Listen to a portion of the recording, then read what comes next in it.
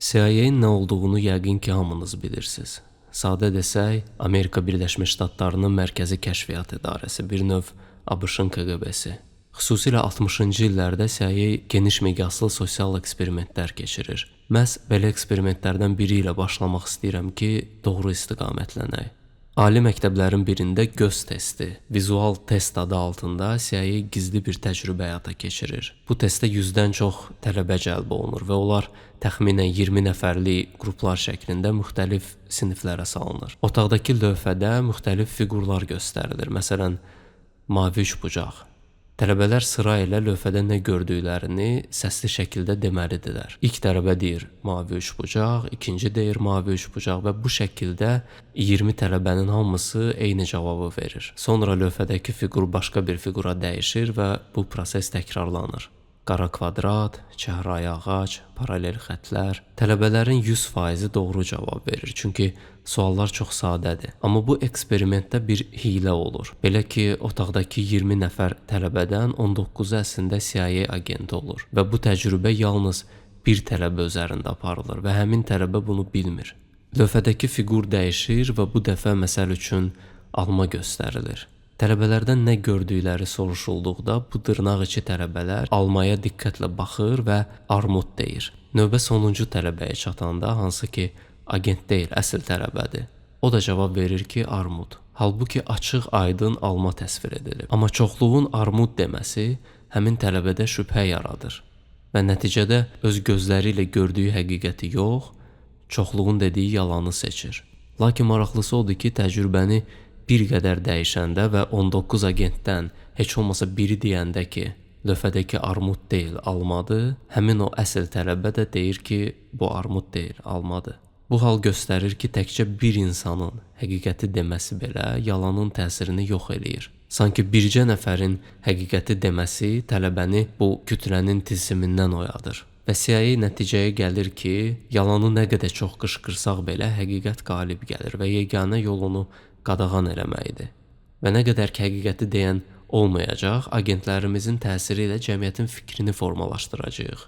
Hər bir fərd çoxluğa tabe olacaq. Çoxluğa tabe olmaq insan cəmiyyəti üçün bir istisna deyil, bu bir qaydadır. Heç kəs çoxluqdan seçilmək istəmir. Bəs nə üçün bu belədir? İnsanın sağ qalması üçün cəmiyyətə ehtiyacı var və onu cəmiyyətdən ayıran istənilən yeniliyə qarşı, fərqli fikrə qarşı silahlanır. Sanki şuuraltısı deyir ki, seçilmə, hamı kimi ol. Dəstədən ayrılma. İnsan bütün mövzularda cəmiyyət ilə ziddiyyətdən, mübahisədən qaçır. Orta olmaq istəyir, neytral olmaq istəyir. Belə bir ifadə var, neytralsansa ölmüsən. Sizcə heç bir tərəfə zərəri dəyməyən insanı neyniyiblər? Heç kimə zərərin dəymirsə, səni zərərsizləşdiriblər. Bu, hərbi dildə olan bir termindir. Rus dilində daha dəqiq səslənir. Vrajiskiy vayska neytralizovаны. Hərfi tərcümə eləsək, düşmən orduları neytrallaşdırılıb. Yəni səni zərərsizləşdirmək belə lazım deyil, neytrallaşmağın belə bəsdir. Sən zəif, ziyansız bir obyektə çevrilirsən. Atalarımız bəs zəif insanı necə ifadə eləyirdi? Uzundıraz, beynamaz, xeyrə şərə yaramaz. Yəni xeyir də deyilsən, şər də deyilsən, tərəfin yoxdursa, neytralsansa, yaramazsan. İnsanların əksəriyyəti neytral olmaq istəyir, orta olmağa çalışır. Bizim nağıllarda gah böyük qardaşı əjdaha yeyir, gah balaca qardaşı div aparır. Amma ortancıla bir nağıl görmədim ki, nəsə olsun. Yəni, çox rahat yerdədir. Orta təhlükəsizdir, anlaşılandır, komfortludur. Və bu sadəcə fəlsəfə dilində deyil, real həyatda da belədir. Hətta heyvanlar aləmində də kənara çıxmamağı instinkti müşahidə olunur. Məsələn, bir qoyun sürüsündə bütün qoyunlar sürünün ortasına can atır. Niyə? Çünki canavar gəlsə qıraqdakı qoyunu götürüb aparacaq, çoban qıraqdakı qoyunu kəsəcək, orta təhlükəsizdir. Ortabab adamı cəmiyyət özü, sürü özü qoruyur. Ortabab insan qərar vermir, yamaca düşək, dağa qalxaq, sürü ilə gedir. Basabas zamanı metro vaqonunu yadınıza salın. Sərnişinlər səni o qədər sıxır ki, hər tərəfdən heç yandan tutmasan da yıxılmırsan. Və bunun özündə bir rahatlıq var, bir komfort var. Palaza bürün, ellə sürün. Cığır nə deməkdir? Yəni bir yerdən insanlar o qədər keçib ki, ayaqları ilə o qədər əzib ki, artıq həmən yerdə təbii yol əmələ gəlib. Yaxşı, bəs bu yol bütövlükdə özü səhv bir tərəfə gedirsə necə? Cəmiyyət azğınlaşırsa, heyvanlaşırsa, əgər getdiyimiz bu yol bizi uçuruma aparırsa necə? Qoyun sürüsü uçuruma gedirsə, o sürünün ortasında olmaq hələ də təhlükəsizdir? Xeyr, bu halda sürünün ortası elə ən təhlükəli yeridir. Çünki sürü uçuruma doğru gedirsə, ortadakı qoyunu da özü ilə aparır. Ortada uzaq görən ola bilmirsən, uçurumu görmürsən. Çünki hara baxsan gözün bir qoyuna dəyir. Amma uçurumu görsən belə, xəbər tutsan belə, yenə kənara çıxa bilmirsən. Çünki hər tərəfdən sürü səni ortaya sıxır. Sanki metroda sizin stansiya gəlir, amma basabas olduğu üçün çıxa bilmirsiniz. Və bu basabas sizə aparır hara? Mənsub olmadığınız bir stansiyaya. Bəs belə bir cəmiyyətdə biz nə edə bilərik uçuruma getməmək üçün? Ya biz cəmiyyət olaraq sürü halından böyüməliyik, hamımız aydınlanmalıyıq. Nə ki işin çətin tərəfidir. Ya da ki oyanmış, o təktük adamlar biraz orta statistik adamlardan kənara doğru hərəkət eləməlidir. Biraz o təyyarədəki exit işarəsinə yaxın oturmalıyıq. Cəmiyyətə uyğunlaşma yaxşı bir şeydir, adaptasiyadır. Amma hərdən vurğunu dəyişmək lazım olur. Əgər cəmiyyət cahilləşirsə, belə bir cəmiyyətə uyğunlaşma. Baxın, bu videoda əvvəldə dediyim sosial eksperimentin müasir forması keçirilir. Diş həkiminə gələn xanım bilmir ki, içəridəkilər hamısı aktyordur. Və hər dəfə qəribə bir zəng səsi gəlir. Və insanlar ayağa qalxır. Bu hadisə 3 dəfə təkrarlanandan sonra xanım da hamı kimi hər dəfə zəng səsi gələndə ayağa qalxır. Amma bilmir niyə qalxır, nə üçün qalxır. Mənasız bir şeyi qayda olaraq qəbul edir. Daha sonra adamlar zalı bir-bir tərk edir və içəridə heç kəs qalmayanda belə xanım sistemin qaydalarına uyur. Belə deyək, artıq özü bir agentə çevrilir. Və bugünkü cəmiyyətin böyük hissəsi bu qəlibləşmiş, proqramlaşmış, küt insanlardan ibarətdir. Və bu proqramlaşmış insanlara həqiqəti söyləməyin bir xeyri yoxdur. Çünki onu anlayacaq təfəkkürdə deyirlər. Ona görə minilliklər boyu elm mədrəsələrdə, məbədlərin gizli kitabxanalarında, sarayların zirzəmilərində saxlanılıb. Mövzunun ciddiliyi sanki bir gizlilik istəyir, bir yaxınlıq istəyir. Bir dostun zəng eləyir və deyir ki, sənə bir şey deməliyəm. Deyirsən, buyur, eşidirəm. Amma dostun deyir ki, elə söhbət deyil, gəl bir sakit yerdə görüşək, sənə bir şey danışmalıyam və aramızda qalsın.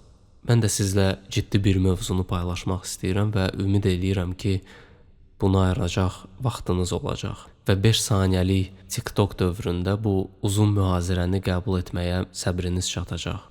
Bir çox insana həqiqət deyəndə ciddiyə almır. Beynində belə bir mənzərə formalaşır. Mən, mənim həyatım və hardasa orada qıraqda bir yerdə fəlsəfə, din, həyatın mənası, həqiqət, nə bilim, yoga, moga, belə şeylər.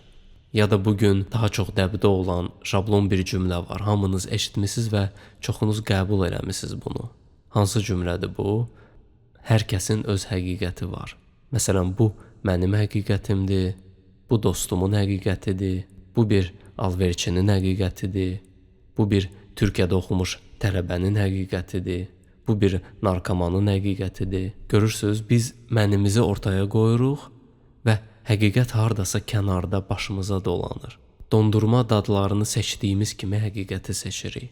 Amma real mənzərə belə deyil, mütləq həqiqət bir dənədir və bizi əhatə edən o balaca həqiqət dediyimiz şeylərin hamısı yalanlardır. Bir daha deyirəm, həqiqət mütləqdir, absolutdur. Yəni, sənin zövqündən, istəyindən asılı deyil. Əgər bu fikri qavramaq çətindirsə, gəlin bir hadisə üzərində buna baxaq. Məsələn, rusların bir adəti var. Göl qışda donanda, üzü buz bağlayanda orada bir deşik açırlar və insanlar adət-ənənəyə uyğun bu soyuq suya enir 1-2 saniyəlik və geriyə qalxır. Belə deyək, bir dözümlülük simvoludur, bir qürur verici hadisədir, ənənədir. Bayaq dediyimiz, mənim həqiqətim, sənin həqiqətin, cəmiyyətin razılaşdığı həqiqət, hər kəsin öz həqiqəti. Gəlin indi bu videoya baxaq və mütləq həqiqətlə bağlı bir şey aydın olacaq. Ушла, ребята, ушла быстрее! Быстрее все сюда! Все сюда! О! Туда, Юра, Юра, туда! Юра, туда! Юра, туда, Юрка, вот так! Блять, туда, вниз. Скорее сюда! Ребята, быстрее! Блядь, я не могу раздеться. Витя, раздевайся.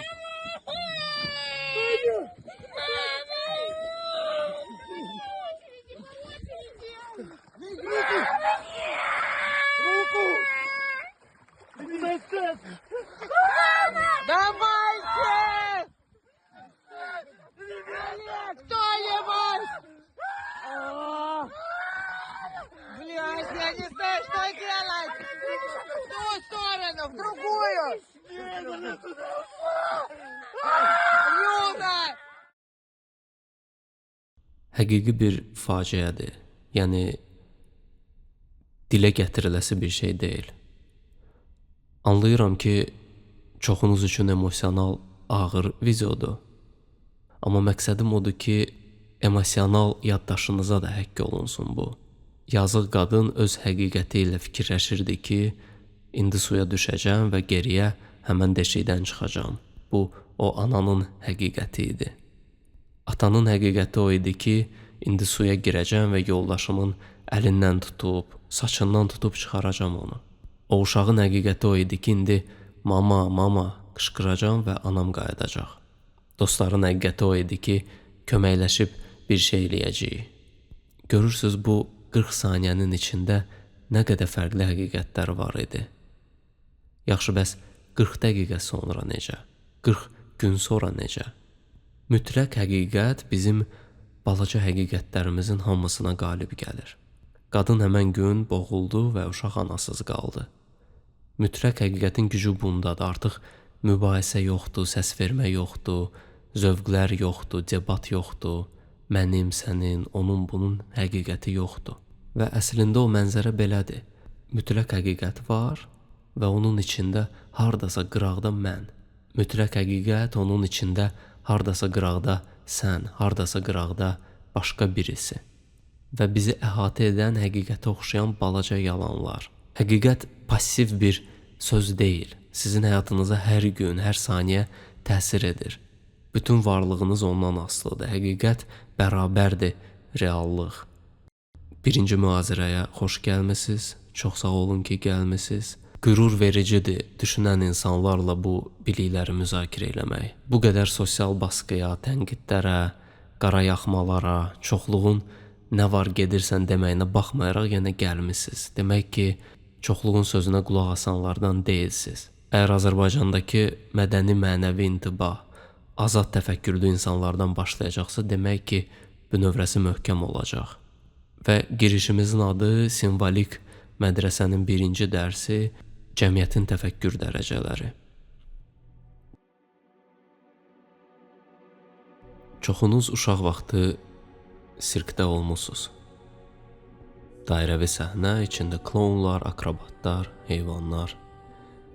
Sirkin içindəki dünya həqiqi reallıqdan çox fərqlənir. Bir tilsimli bir dünyadır, sehirli bir yerdir. Fokus göstərəni kim, alovu udanı kim, papağın içindən dovşan çıxaranı kim və bu sehirli illüziya dünyasına biz əylənmək üçün gedirik. Uşağını sirkə aparan valideyn anlayır ki, sirk bir oyundur, tamaşadır. Balaca uşaq heyrətlənir, həyəcanlanır, amma o belə anlayır ki, hansısa əyləncə formasıdır. Evə gedəndə sirk bitəcək. Yaxşı, bəs sirk bitmirsə necə? Bütün həyatın boyu sirkdəsənsə necə? İstəyirəm bu sirk dünyasına fərqli bir bucaqdan baxaq. Çünki təfəkkür dərəcələrini anlamaq üçün bizim metaforalara, simvollara ehtiyacımız olacaq. Sirki o mütləq həqiqətin içindəki yalan dairəsi kimi götürək. Məsəl üçün, Bakı şəhəri özü və Bakı sirkinin içi. Bir-birindən tam fərqli iki reallıq.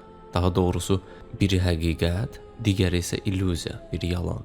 İndi gəlin təsəvvür eləyək ki, bu yalanın, illüziyanın içində bir ayı balası dünyaya gəlir.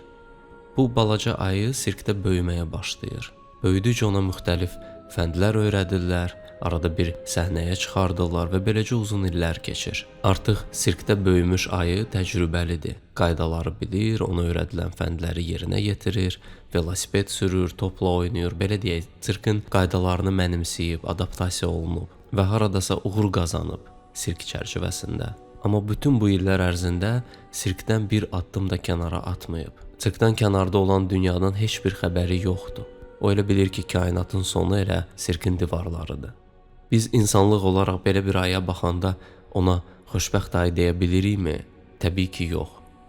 Çünki anlayırıq ki, yedizdirsələr də, baxsalar da ayının yeri sirk deyil. Bəs harada ayının mənsub olduğu yer, həqiqi evi, həqiqi dünyası? Ayının yeri meşədir, təbiətdir. Gəlin simvolik olaraq ayı misalında mütləq həqiqəti orman adlandıraq. Ayının bütün varlığı ormanla əlaqəlidir. Ayı yalnız təbiətdə mütləq mənasına çata bilir. Sirk daxilində isə ayı süni yalan dünyasındadır. Dekorasiyanın içindədir. O daim gülüş obyektidir. Bir işçidir, bir kölədir. Amma bunu biz kənardan baxanlar anlayırıq. Bir insan təfəkkürü dərəcəsindən ayını və onu əhatə edən yalan dünyasını görə bilirik. Yaxşı, bəs ayının təfəkkür dərəcəsinə enəndə necə? Sizcə ayı nə anlayır? Ayının təfəkkürünü sirk formalaşdırır. Sözə qulaq asanda qənd verirlər, qulaq asmayanda dəyənəklə vururlar. Müəyyən normalar var, qaydalar var. Məsəl üçün, sosial distansiyanı öyrədirlər ayıya, tamaşaçılara 5 addımdan çox yaxınlaşmaq olmaz, çünki qorxarlar. Səsini qaldırmaq olmaz, dişləmək olmaz, caynaqlarını gizlətməlidir ki, heç kəsi yaralamasın. Olmazlarına büküləndən sonra ayı nə olarları yavaş-yavaş qavrayır. Nə qədər çox alçalsa, gülünc vəziyyətə düşsə, velosiped sürsə, əyninə dar olan pencəyi geyinsə, dombalaq açsa, yıxılsa, daha çox seviləcək. Nə qədər düşük, səviyyəsiz, sırtıq, gülməli olsa, sirkdəkilər onu daha çox qəbul edəcəklər, daha çox qənd atacaqlar ağzına. Axı bütün sirkin işçilərindən tutmuş ayının pərəstişkarlarına qədər hamının həmin bu ayıdan balaca bir tələbi var. Çıxsın səhnəyə, velosipedini sürsün, şəkil çəkdirək, çıxaq gedək. Artıq əminəm ki, bir çoxunuz beyninizdə paralel çəkirsiniz bizim yaşadığımız reallıq ilə. Məsələn, sizin hər birinizin balaca bir görməli işiniz var və cəmiyyət sizdən bunu tələb eləyir. Mənim də balaca görməli bir işim var, mənə də cəmiyyət cılız bir tələb qoyur. Çıx səhnəyə, konsert ver, mən və sən mahnısını oxu, şəkil çəkdirək və salam. Çünki sən bizim sirkdə həmin balaca sözə baxan ayı olmalısan. Biz artıq öz balaca həqiqətimizdə sənə yer düzəltmişik və nə qədər çox bizim o balaca həqiqətə uyğunlaşsan, o qədər çox səni qaldıracağıq. Bu sirkə müxtəlif fikir məktəblərində, fəlsəfə cərəyanlarda müxtəlif adlar verilir. Amma fərqi yoxdur necə adlandırırsan. Məsələn, uzunluğu metrə ilə ölçürlər bir ölkədə, başqa birində fut ilə ölçürlər, keçmiş zamanlarda arşın ilə ölçülürdü. Yəni, hansı terminlərdən istifadə etməyimizdən asılı olmayaraq eyni məfhumdan danışırıq. Və bütün bu adlar hardasa şərti adlardır, metaforalardır. Bugün istəyirəm 3 ad üzərində dayanaq. Matrix, Clown World, Upside Down World. Müasir polemikada daha çox bu terminlərlə üzləşəcəksiniz. Matriça, böyük ehtimal bu filmə baxmısınız. Neo adlı qəhrəman bir gün anlayır ki, yaşadığı dünya kompüterin içindədir və süni intellekt, texnologiya insanlığa qalib gəlib. Onu qul kimi istifadə edir. Hər insanın bədəni bir batareyadır və robotlar insanların həyat enerjisi ilə qidalanırlar. Və insanlar buna qarşı çıxmasın deyə onların beyinləri xüsusi naqillər ilə Matrix deyilən qlobal bir kompüter proqramına qoşuludur. Və bu batareya rolu oynayan insanlara yuxu kimi bir reallıq, süni bir həyat göstərilir. Binalar, küçələr, iş yeri, amma hamısı proqramdır, saxtadır. Və bu Matrix daxilində agentlər var. İnsan cildindədirlər, amma əslində bu proqramın, Matrixanın antivirus sistemi kimidir. Bu agentlər tək-tük oyananları məhv etməyə çalışırlar ki, cəmiyyəti yuxudan oyatmasınlar. Və film boyu yuxudan ayılmış Neo bu agentlər ilə mübarizə aparır. Clown World. Klonlar dünyası, bu daha çox politikada işlənən ifadədir. Nə vaxt ki görürsən hər şey absurddur, mənasızdır, irrasionaldır. Dünyada baş verənlər o qədər məntiqsizdir ki, sanki bir illüziya var, xaos var. Onda deyirlər ki, biz klonlar dünyasında yaşayırıq, xaotik və yaramaz bir dünyada yaşayırıq. Üçüncüsü Upside Down World. Başayaq dünya deməkdir. Hər şeyin tərsinə olduğu bir yer. Pisin yaxşı, ağın qara, sağın sol olduğu bir dünya. Bizim folklorumuzda belə bir nağıl var, Ağatlı oğlan. Orada bir div nurani bir qoca cildinə girir və şahın oğlunu aparır qaranlıq dünyaya. Məqsədi odur ki, oğlanı bişirib yesin. Və oğlan bu divin həyətinə girəndə iki ev heyvanı görür, at və it. Görür ki, bu dırnaq içi nurani kişi atın qabağına ət qoyub, itin qabağına ot qoyub. Heyvanların yeməyini tərsinə qoyub. Və bunu görən oğlan tez yeməklərin yerini dəyişir. Sanki bu tərs dünyanı, başayaq dünyanı azca nizama salır. Bu nağılın özündə bizə bir ipucu verilir ki, bu divin işləri tərsdir. Əslində nağıllara qeyri-ciddi baxırıq, amma onların daxilində xalqın genetik yaddaşı gizlənir. Sanki neçə nəsil əcdadlarımız bizə bu nağıllarda böyük bir xəzinə ötürüblər. İnanın ki, eyni nağılları təkcə uşaqları yatızdırmaq üçün yox, böyükləri oyatmaq üçün də istifadə eləmək olar. İtlərin qabağına ot qoyulan bir dünya. Artıq bu dünyanın şər qüvvədən olmasına bir işarədir. Antikrist filmində, təxmini tərcümə eləsək, Dəccal filmində. Orada da belə bir səhnə var. Ananın içinə bir şər qüvvə daxil olur, ata bunu nə zaman hiss edir? Bir gün anlayır ki, ana neçə vaxt uşağın ayaqqabılarını tərsinə geyindirir. Uşağın ayaqları əyilib deformasiya olub. Burada ata hiss eləyir ki, ananın içində nəsə qorxunc bir şey var, nəsə tərs bir şey var. Ümumiyyətlə qorxu filmlərində dəfələrlə bu səhnə var ki, şər qüvvə evə daxil olanda divardakı xaç aşağıya çevrilir. Satanizmin simvollarından biri də tərsinə durmuş xaçdır. Və rus dilində belə bir söz var, izvrasheniya. Əxlaqsızlıq, mənəviyyatsızlıq, yəni azğın insana izvrashenец deyirlər. Sözün kökündə rus dilindəki vrasheniya, vrashаться kəlməsi durur. Çönmüş, fırlanmış kimi tərcümə olunur. Kriminal verilişlərdə soruşurlar, niyə arvadını öldürdün? Deyir, valla rəis, əsəbləşdim, beynim çöndü. Klassik Slavyan mifologiyasında yenə eyni paraleli görürük. Baba Yaga meşədə yaşayan bir cadugar ifritə obrazıdır. Və bu şər qüvvə özünü necə bir uza verir, onun daxmasının ayaqları var və çönə bilir, fırlana bilir. Hərdən üzü kəndə durur, hərdən üzü meşəyə. Demək olar ki, bütün mədəniyyətlərdə, mifologiyalarda şər qüvvə özündən bir şey yaratmır. Sadəcə olan şeylərin yerini dəyişir. Sağı sol, solu sağ kimi göstərir. Bruce Willis'in məşhur filmində bir qrup bandit ölkədə xaos yaratmaq istəyir. Və bunu necə eləyirlər? Xüsusi hakerlər bir an içində svetoforların işıqlarının nizamını pozur. Qırmızı əvəzinə yaşıl yanır və bütün avtomobillər bir-birinə çırpılır.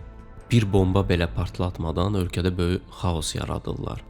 Banditlər eləmir bunu. Cəmiyyət özü-özünə eləyir.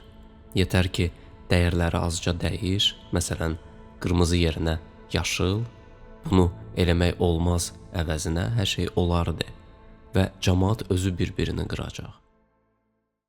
Kitab-ı Dədə Qorqudda o boyda qəhrəmanların içində, igidlərin içində biz niyəsə bu qoca kişiyə bu qədər önəm veririk? Niyə məhz Dədə Qorqudun adını olmalıdır dastan, o qədər güclü igid olan yerdə? Dədə Qorqud özü öz haqqında nə deyir? Ayrana doyuran demədim, mən Dədə Qorqud, tikənə sökən demədim, mən Dədə Qorqud. Ayran içməklə doymaq olmaz, bu bir həqiqətdir.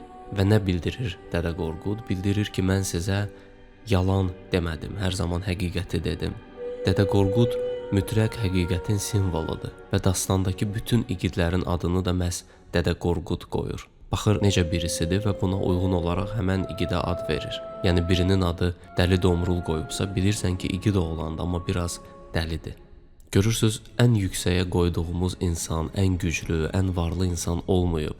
Məhz həqiqəti olduğu kimi söyləyən insan olub bizim qəhrəmanımız. Sizcə, niyə biz həqiqətə bu qədər önəm vermişik? Çünki bir cəmiyyətin bünövrəsi reallıq üzərində qurulmalıdır. Bayaq o batan qadın kimi biz həqiqəti ignor eləyə bilmərik. Bir gün mütləq qarşımıza çıxacaq və həqiqətdən küsmüş cəmiyyət əvvəl-axır həqiqət ilə barışmalı olacaq.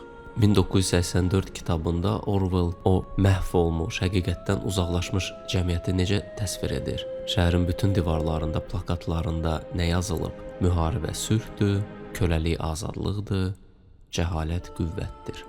Tamamilə yalan dəyərlər, tərs fikirlər önə çıxarılır. Orwell başayaq dünyanı gözəl izah edir. Sirkdə də başayaq bir dünya var. Heyvanlar insan paltarı geyinir, papağın içindən dovşan çıxır, akrobatlar başayaq sallanır. Amma ayı ömür boyu bu başayaq dünyada yaşadığı üçün, onun üçün bu normadır.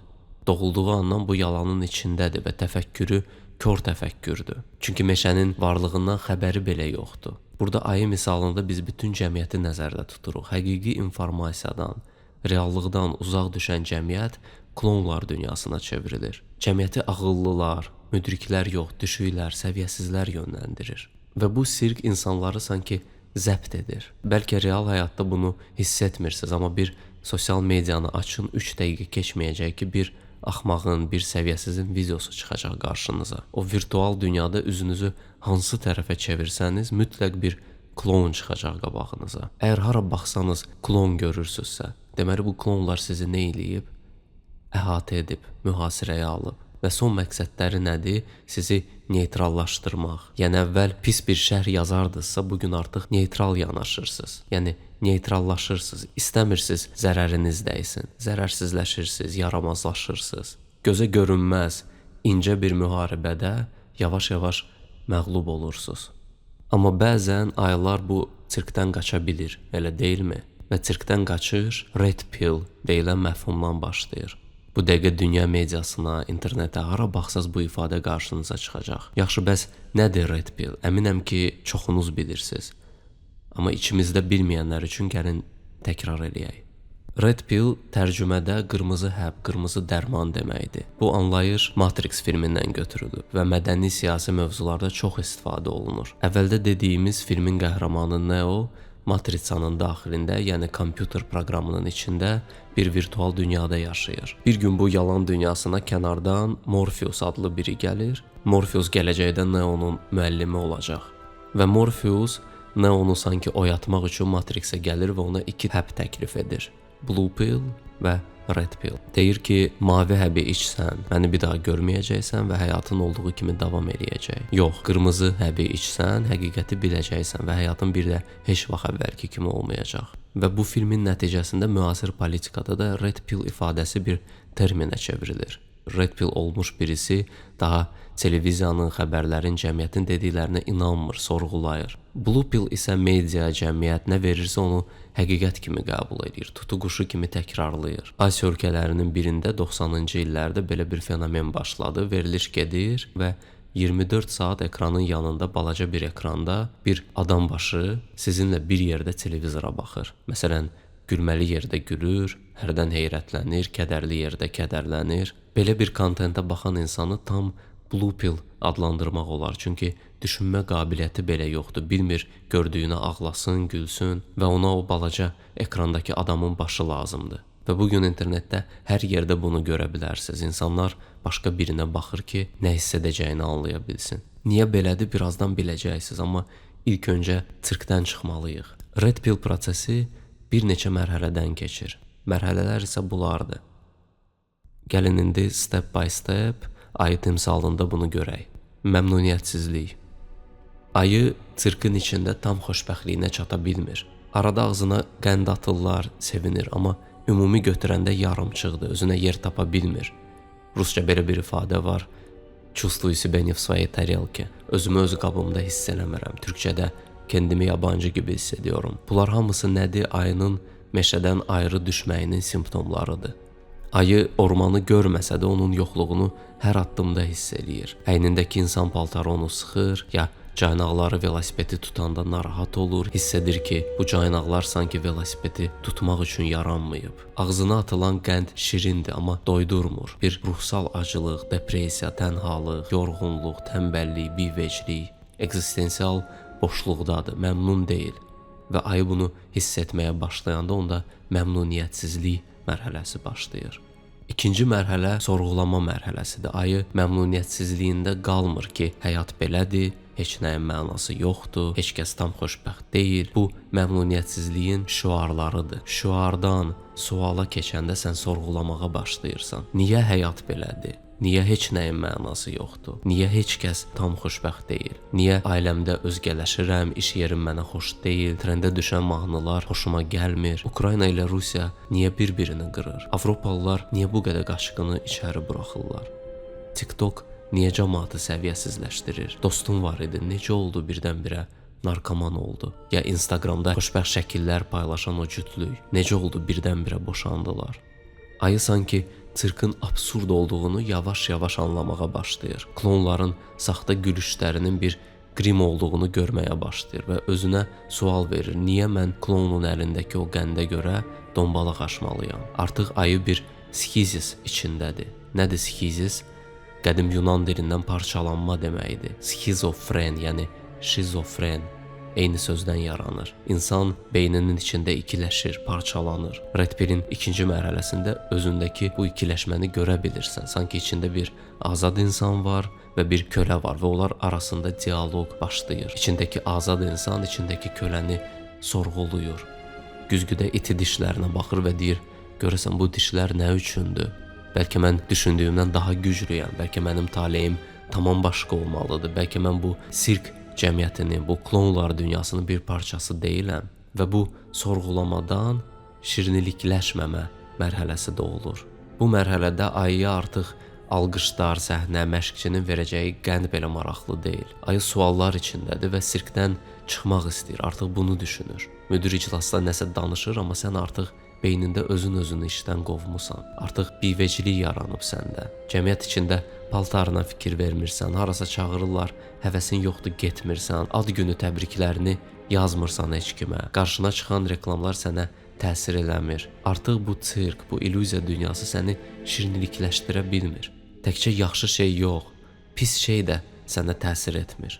Biri səni tənqid edir, pis fikir bildirir haqqında, amma ona cavab vermirsən. Niyə? Çünki yetərincə əsəbləşə bilmirsən. Bahalı markalı paltarlara baxırsan, pulun çatır, amma almırsan. Məsələn, Michael Kors paltarı. Kiminsə adı və soyadı yazılan paltar. Məsəl üçün, Azərbaycanlı olsaydı, Mikayıl Xorasanlı. Niyə mən Mikayıl Xorasanlının adını üstümdə belə qürurla daşımalıyam? Cəmilə Əlizadə, Tofiq Məmmədli. Birinci mərhələ məmnuniyyətsizlikdir. Tofiq Məmmədlinin paltarını alırsan, amma adiləşir, səni məmnun eləmir. İkincisi, sorğulamadır. Bu Tofiq haranın tulasıdır ki, üstümdə onun adını daşıyım. Üçüncüsü, şirinlikləşməmə. Bir rəfiqən gəlir, sinəsində Tofiq. Amma həsəd çəkmirsən ki, ayda, kaş mənim də sinəmdə indi bir Tofiq olardı. Sərhədi aşmaq.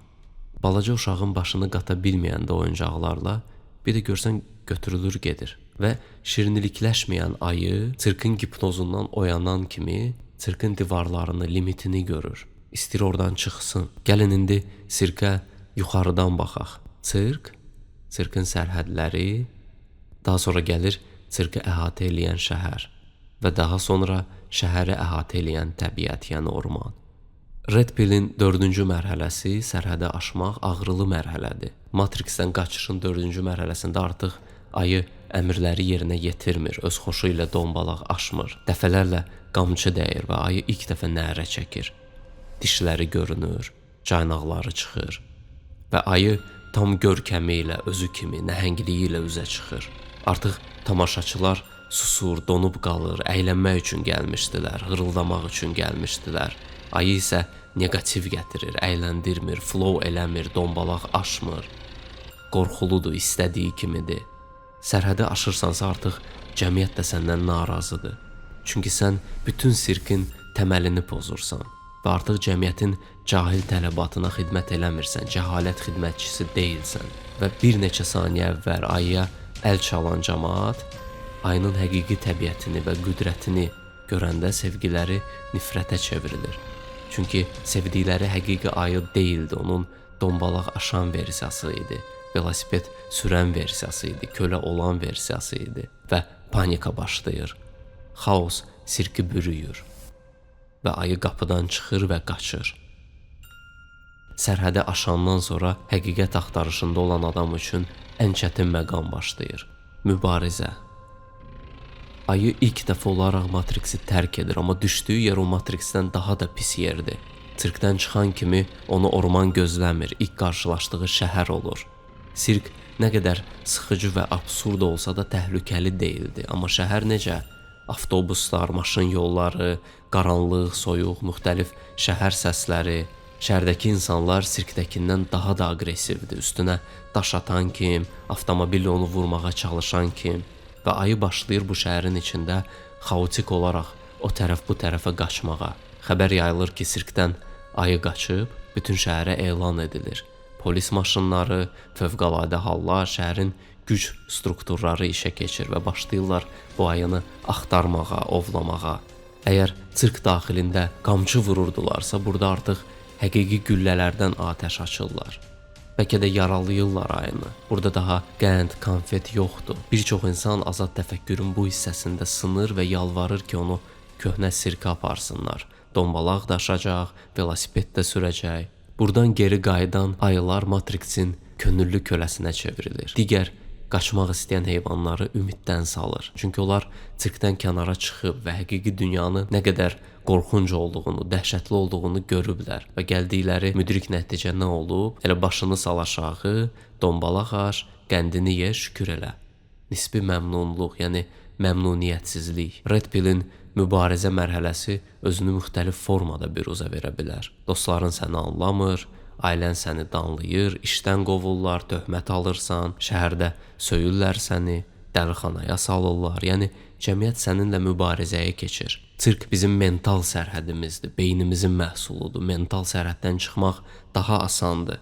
Şəhər isə başqa sözlə Babil, artıq cəmiyyətin bizə qoyduğu sərhədlərdə onları aşmaq daha ağrılıdır. Amma bu mərhələdə ayı fərd olaraq dəyişir. Möhkəmlənir, yaralanır, mənalanır, dözümü artır və əgər bu ictimai baskıya tab gətirib, şəhərin küçələrindən rayon yoluna çıxa bilirsə, sonra oranı da aşıb şəhəri tərk edə bilirsə, hara çatır? Ormana. Növbəti mərhələ varma mərhələsidir. Həqiqətə varmaq, var olmaq. Ayı artıq itir, bir fərd kimi yoxdur. Ormanla bütövləşir, həqiqətinə çatır. Artıq sirkdəki yarımçıq ayı deyil, tam ayıdır. Sən həqiqəti biləcəksən və həqiqət səni azad edəcək. Yəni həqiqət səni suallardan azad edəcək, xaosdan azad edəcək, yalanlardan, beynindəki mental sərhədlərdən, ruhundakı boşluqdan azad edəcək. Gecə düşür meşədə, hava soyuyur və ayı görür ki, ona soyuq deyil. Bədənindəki o tüklü kürk onu qızdırır, ideal bir temperatur yaradır. Amma sirkdə həmən kürk onu gecələr tərlədirdi. Məmnun deyildi kürkündən, elə bilirdi ki, pis bir şeydir, sorğuluyurdu özünü. Yuxudan ayılır, gözəl bir təbiətin içində və tam sürəti ilə qaçır. Görür ki, ayaqları sürüşmür, torpağa tam yapışır. Amma sirkdə ayaqları parketdə, kafeldə, insanın yaratdığı o süni döşəmələrdə sürüşürdü. Elə bilirdi, ayaqları sürüşkəndir, ayaqları pisdir. Gəlir çıxır bir çayın qırağına, pəncəsini atır suya və bir balıq caynaqlarına ilişir. Və ayı anlayır ki, caynaqları onun şikəstliyi deyildi, super gücü idi. Sirkdə velosipedi sürəndə bu caynaqlarına görə utanırdı. Elə bilirdi ki, caynağı caynaq deyil, sadəcə pis dırnaqdır. Belə bir deyim var, Naxçıvanda çəngələ cırıq qaşıq deyirlər. Təbii ki, onu qaşıq kimi istifadə eləsən yararsızdır, gülməlidir. Və əgər hər çəngəl cəmaatın sözü ilə özünü cırıq qaşıq hesab eləsə, depressiyaya düşər, özünə inamaz alar. Cırıq qaşıq olmaq çəngəlin həqiqəti deyil, yalanıdır. Həqiqəti onun çəngəl olmağıdır. Və o ancaq çəngəl olanda öz mahiyyətinə çatır. Necə ki, ayının eybəcər dırnaqları caynaq olanda mütləq həqiqətinə çatır. Özünə dönür, öz mahiyyətini anlayır. Sirkdə həmişə özünü dəyişirdi. Gah velosiped sürən, gah rəqqasə idi, gah futbolçu idi, gah menecer idi, gah filan kəsin əri, filan fakültənin tələbəsi, sərnişin, vətəndaş, dinləyici, izləyici. Bütün bu rollarda o yarımçıq idi. Və ayı sirkin ona sırdığı bu balaca həqiqətlərə baxanda nə hiss edirdi? Mən nə pis velosipedçiyəm. Mən rəqs eləyə bilmirəm. Mən pis futbolçuyam. Yaxşı menecer deyiləm. Müdür xəbər tutan kimi qovacaq məni. Sirk ayını aydan başqa hər şeyə çevirmək istəyirdi. Onu öz mahiyyətindən uzaqlaşdırırdı. Qanadlarının mahiyyətini anlamayan quş şikəst heyvan olduğuna üzülər. Yəni, bilmir qanadı nə üçündür, elə bilir ki, əlləri yoxdur. Amma qanadlarının mahiyyətini anlayan quş həqiqəti bilər azad olar. Biriniz deyə bilərsiniz ki, yaxşı bu fəlsəfi cümlələr filan başa düşdük, bəs praktik həyatda, real həyatla nə əlaqəsi var bunun? Yenə oxumalıyıq, işləməliyik, maaş almalıyıq. Bu həqiqət nə olan şeydir ki, bizə xeyri dəysin? Bu işdə pul zad var, mənim qazancım nə qədədir, faizim nə qədədir bu həqiqətdən? Görürsüz necə sirk təfəkkürü ilə düşünürük? Bir ayıya yaxınlaşır ki, gecə ilə gəl qaçaq meşəyə. Ayı deyir, gedərəm səninlə, amma de görüm o meşədə dombalaq aşanda mənə neçə dənə qənd verəcəklər. Müasir psixoloqların 99%-i sizə xoşbəxtlik satmağa çalışır. Effektiv insanların 7 vərdişi, düşün və zəngin ol, indinin gücü, varlı ata, kasıb ata, xəyallarınızı gerçəkləşdirin, müvəffəqiyyətin sirləri, bir sözə sığışdırsan, xoşbəxtlik. Həqiqət isə xoşbəxtlikdən bir mərhələ daha yuxarını verir, mahiyyəti verir. Mahiyyət böyüdür xoşbəxtlik, orman böyüdür qənd. Cəmiyyətdəki insanların 99%-i bu sirkin daxilindədir, mental olaraq, təfəkkür olaraq və belə insanları hərəkətə gətirən mühərrik, xoşbəxtlik və bədbəxtlik hissləridir. Yəni ki, hərəkətləri qənd və dəyənəkdən asılıdır. Ayı nə istəyir? Daha çox qənd alsın, daha az dəyənək yesin. Sam Harris məntiqi ilə götürsən, bədbəxtliyi minimallaşdırmaq, xoşbəxtliyi maksimallaşdırmaq. Yəni buna çalışır amma. Buradan da hedonizm inancı doğur. Əgər həyatın mənası yoxdursa, onda həyatın hər anını həzzə çevirmək lazımdır. İmkan düşən kimi kef eləmək, daha çox ləzzət alım, daha çox əylənim, daha çox yeməklər yeyim, ölkələr gəzim, status qazanım, paltarlar geyinim, o kafedən bu kafeyə, bu restorandan o restorana. Azərbaycan özü bilmədən hedonizm fəlsəfəsini yaşayır. Amma ayı üçün orman və ya mütləq həqiqət təkcə ləzzət almaqdan ibarət deyil. Çünki orman xoşbəxtliklə bərabər bədbəxtlik də gətirir. Amma buna baxmayaraq ayı ormanda tam mahiyyətinə çatır. Bunu tam dərk etməsək, növbəti addımları ata bilməyəcəyik. Bir fərd, bir cəmiyyət olaraq hedonizmdə ilişib qalacağıq. Yəni uğur və xoşbəxtlikdə ilişəcəyik. Uğur və xoşbəxtlikdə ilişən xalqlar və fərdlər isə daxilən mahiyyətsiz qalırlar. Belə insanların xoşbəxtliyi tez olur. Endorfin orqazmına çox tez çatırlar. Məsələn, intellektual, ağıllı bir insanı güldürmək üçün incə bir yumor olmalıdır. Xüsusi bir zövq olmalıdır tamaşada ya filmdə, yəni bir əziyyət çəkilməlidir. Axmaq adamı isə güldürmək üçün bir kişiyə arvad paltarı geyindir, səhnədə yıxılsın, hamısı ağzını ayırıb meymun kimi hırıldayacaq.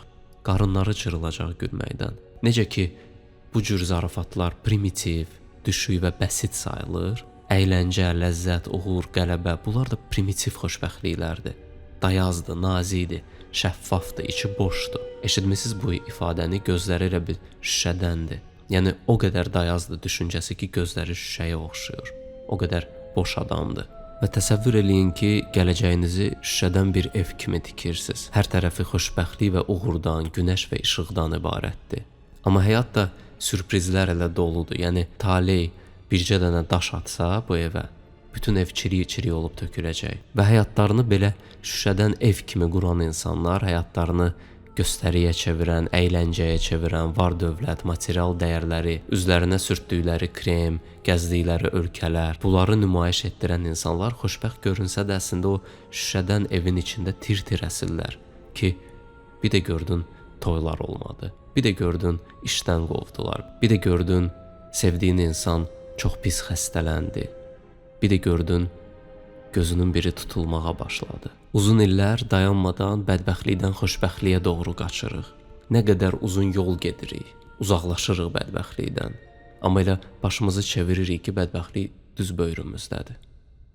Bu prankı görmüsünüz yəqin, iplə ilanı adamın ayağına bağlayırlar və hara qaçsa ilan dalıca gəlir.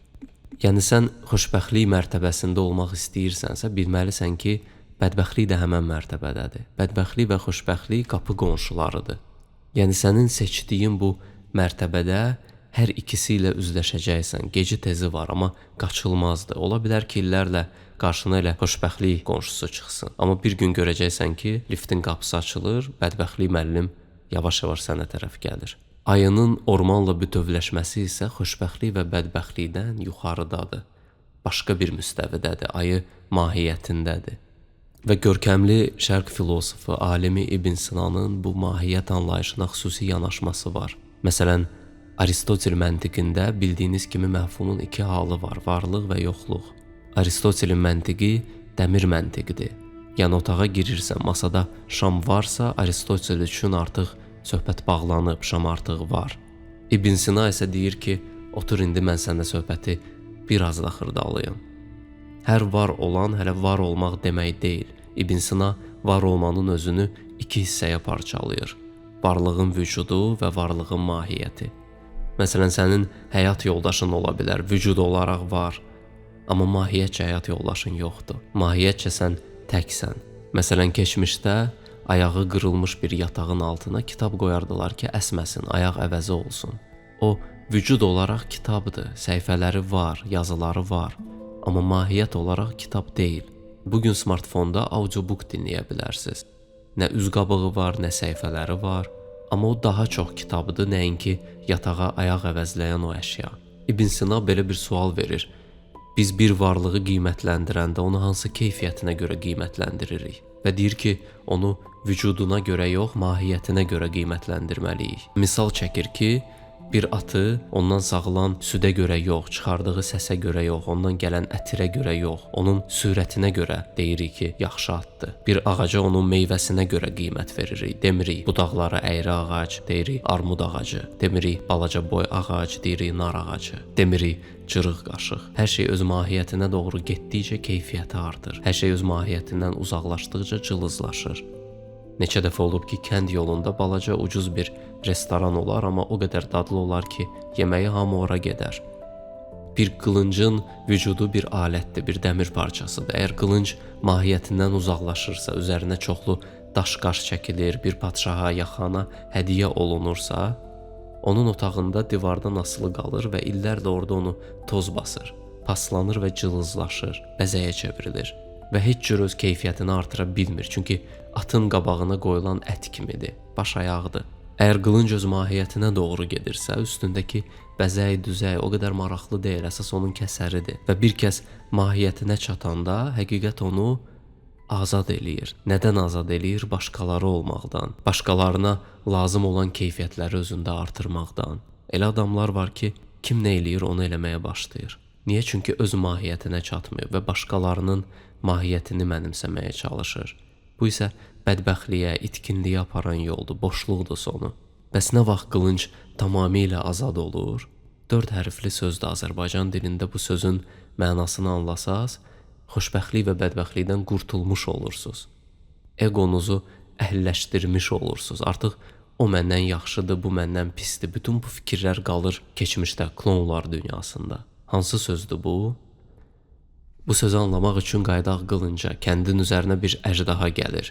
Evləri yandırır, uşaqları yeyir, özü ilə fəlakət gətirir. Və adamlardan biri qılıncı götürür sandıqdan və qaçır əjdahanın üstünə. Fikir verin, qılınc bəlkə sandıqda qalsaydı ona bir şey olmazdı. Amma döyüşə atılmaqla sanki başına gələcək bütün fəlakətlərə öncədən razılıq verir. Yəni, bu döyüşdə ölsəm də, qalsam da, qırılsam da, əjdahanın alovu ilə əriyib yerə tökülsəm də mənim seçdiyim bu yol şəxsi xoşbəxtlik və bədbəxtlikdən yuxarıdadır. Əjdaha ilə döyüşə atılmaq bu qılıncın nəyidir? Qayəsidir. Qaya qarşısında ego balaca bir uşaq oyuncağıdır. Ego qırıla bilir, sına bilir, məhv ola bilir. Qaya isə özündən azad olmaq deməkdir. Qaya səni uduzmaq və udmaqdan azad edir. Bu bulağı Əbülfəz kişi tikib. Dağlıq bir kənd yolunda köhnə bir bulaq, yanında qulpu qırılmış bir bardaq, daşlarını mamır basıb və yolda suyan hər kəs dayanır, bu baxımsız qalmış bulaqdan su içir və kişinin ruhuna dua oxuyur. Sizcə Əbülfəz kişi bu bulağı tikmişdi ki, ölkədə bir nömrəli bulaq olsun, ya su biznesinə girirdi, pul qazanmaq istəyirdi? Bəlkə baxış sayı üçün tikirdi bunu? Sizcə bu Əbülfəz kişinin veci nə idi ki, bu bulaqdan su içən olacaq, olmayacaq, gündəmə uyğundur, uyğun deyil, bardağı keyfiyyətlidir, keyfiyyətli deyil. Sən qayənə xidmət eləyəndə artıq tənqiddən azad olursan, çünki qarşılıq gözləmədən eləyirsən. Qayə məqsəd kəlməsinə bənzəyir, amma məqsədə çatmaq lazımdır, hədəfi vurmaq lazımdır. Qayə nə isə çatmasan belə olar. Egonun xoşbəxtliyə getdiyi yol, mahiyyətin qayəyə getdiyi yol tamamilə fərqli yollardır, fərqli dünyalardır. Birinin içində ağrı, kədər, paxıllıq, qorxu, stres, həsəd, kin, nifrət, şəhvət, şöhrət, rəqabət, məmnuniyyətsizlik. Digərinin içi isə başdan ayağa məna ilə doludur. Biri cılızdır, biri qüdrətlidir. Bir şamın mahiyyəti işıq verməsidir. Qayəsi isə bütün gecə yanıb əriyib yox olmasıdır ki, bir balaca uşaq dərsini oxuya bilsin. İçinizdəki analar, atalar şamın qayəsini gözəl anlayır.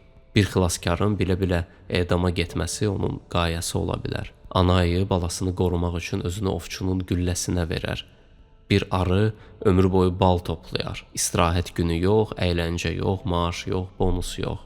Qızıl balıq kürüsünü tökmək üçün okeandan çıxar və dağdan tökülən çayın əksinə üzər. Çünki kürüsünü o dağın zirvəsinə tökməlidir. Gəlib çatanda dağa kürüsünü tökəndən sonra bu balıqların hamısı ölər. Hər dəfə, yəni 100%lik ölümlə bitər bu yol. Amma yenə də qızıl balıq o yolu gedir. Sən isə həyatın ləzzətini, dadını çıxarmaq istəyirsən. Bu o demək deyil ki, bunları etməməliyik. Əbülfəz kişi də bulağa tikəndə arada kababını da yeyirdi, ayranını da içirdi. Qayənə xidmət etmək səni dərvişə çevirmir, səni rahibə çevirmir. Amma səni bütün illüziyalardan azad edir, qorxudan, stressdən, paxıllıqdan azad edir. 55 yaşında 10 plastik əməliyyatdan sonra, 4 ərdən sonra, 15 maşından sonra, milyonlarla puldan sonra, əməkdar artist, xalq artisti, nə bilim nə artisti. Amma daim rəqabətdədir. Özündən gənc manıslar ilə, öz gənc vaxtları ilə, öz qızı ilə, Instagramda filtrlənmiş sifəti ilə daim mübarizədədir. İçində bir savaşdadır. Özü ilə döyüşdədir, lap öz quyruğunu yeyən ilan kimidir. Ruhundakı boşluğu doldura bilmir deyə etdikləri hərəkətlər xəstəlik kimi görünür. Mahiyyətsizlik, mənasızlıq xəstəliyi. Və belə personajlar, belə klonlar artdıqca bütöv bir cəmiyyət xəstələnir, bütöv bir cəmiyyət pafosa qurşanır, yaramazlıq xəstəliyinə tutulur. Balaca həqiqətləri, yəni yalanları onu hər tərəfdən əhatə edir və həyatı çırqa çevrilir. Və çıxış yolu nədir bu klonlar dünyasında, bu başayaq dünyada? Almaya alma, armuda armud deyən insanları yetişdirmək. Hər bir belə insan ətrafındakı 100 nəfəri bu mənasızlıq sirkindən, yaramazlıq tilsimindən çıxara bilər. Amma bunu eləyə bilmək üçün həmin insanların hər biri ormanı görməlidir. Və bugün mən də sizə 2 seçim vermək istəyirəm. Kimin ürəyi qənd yemək istəyirsə, yol açıqdır. Buranı tərk eləyib sirkə qayıda bilər. Yox, əgər birlikdə bir orman gəzintisinə çıxmaq istəyirsinizsə, sizi ikinci hissədə gözləyirəm.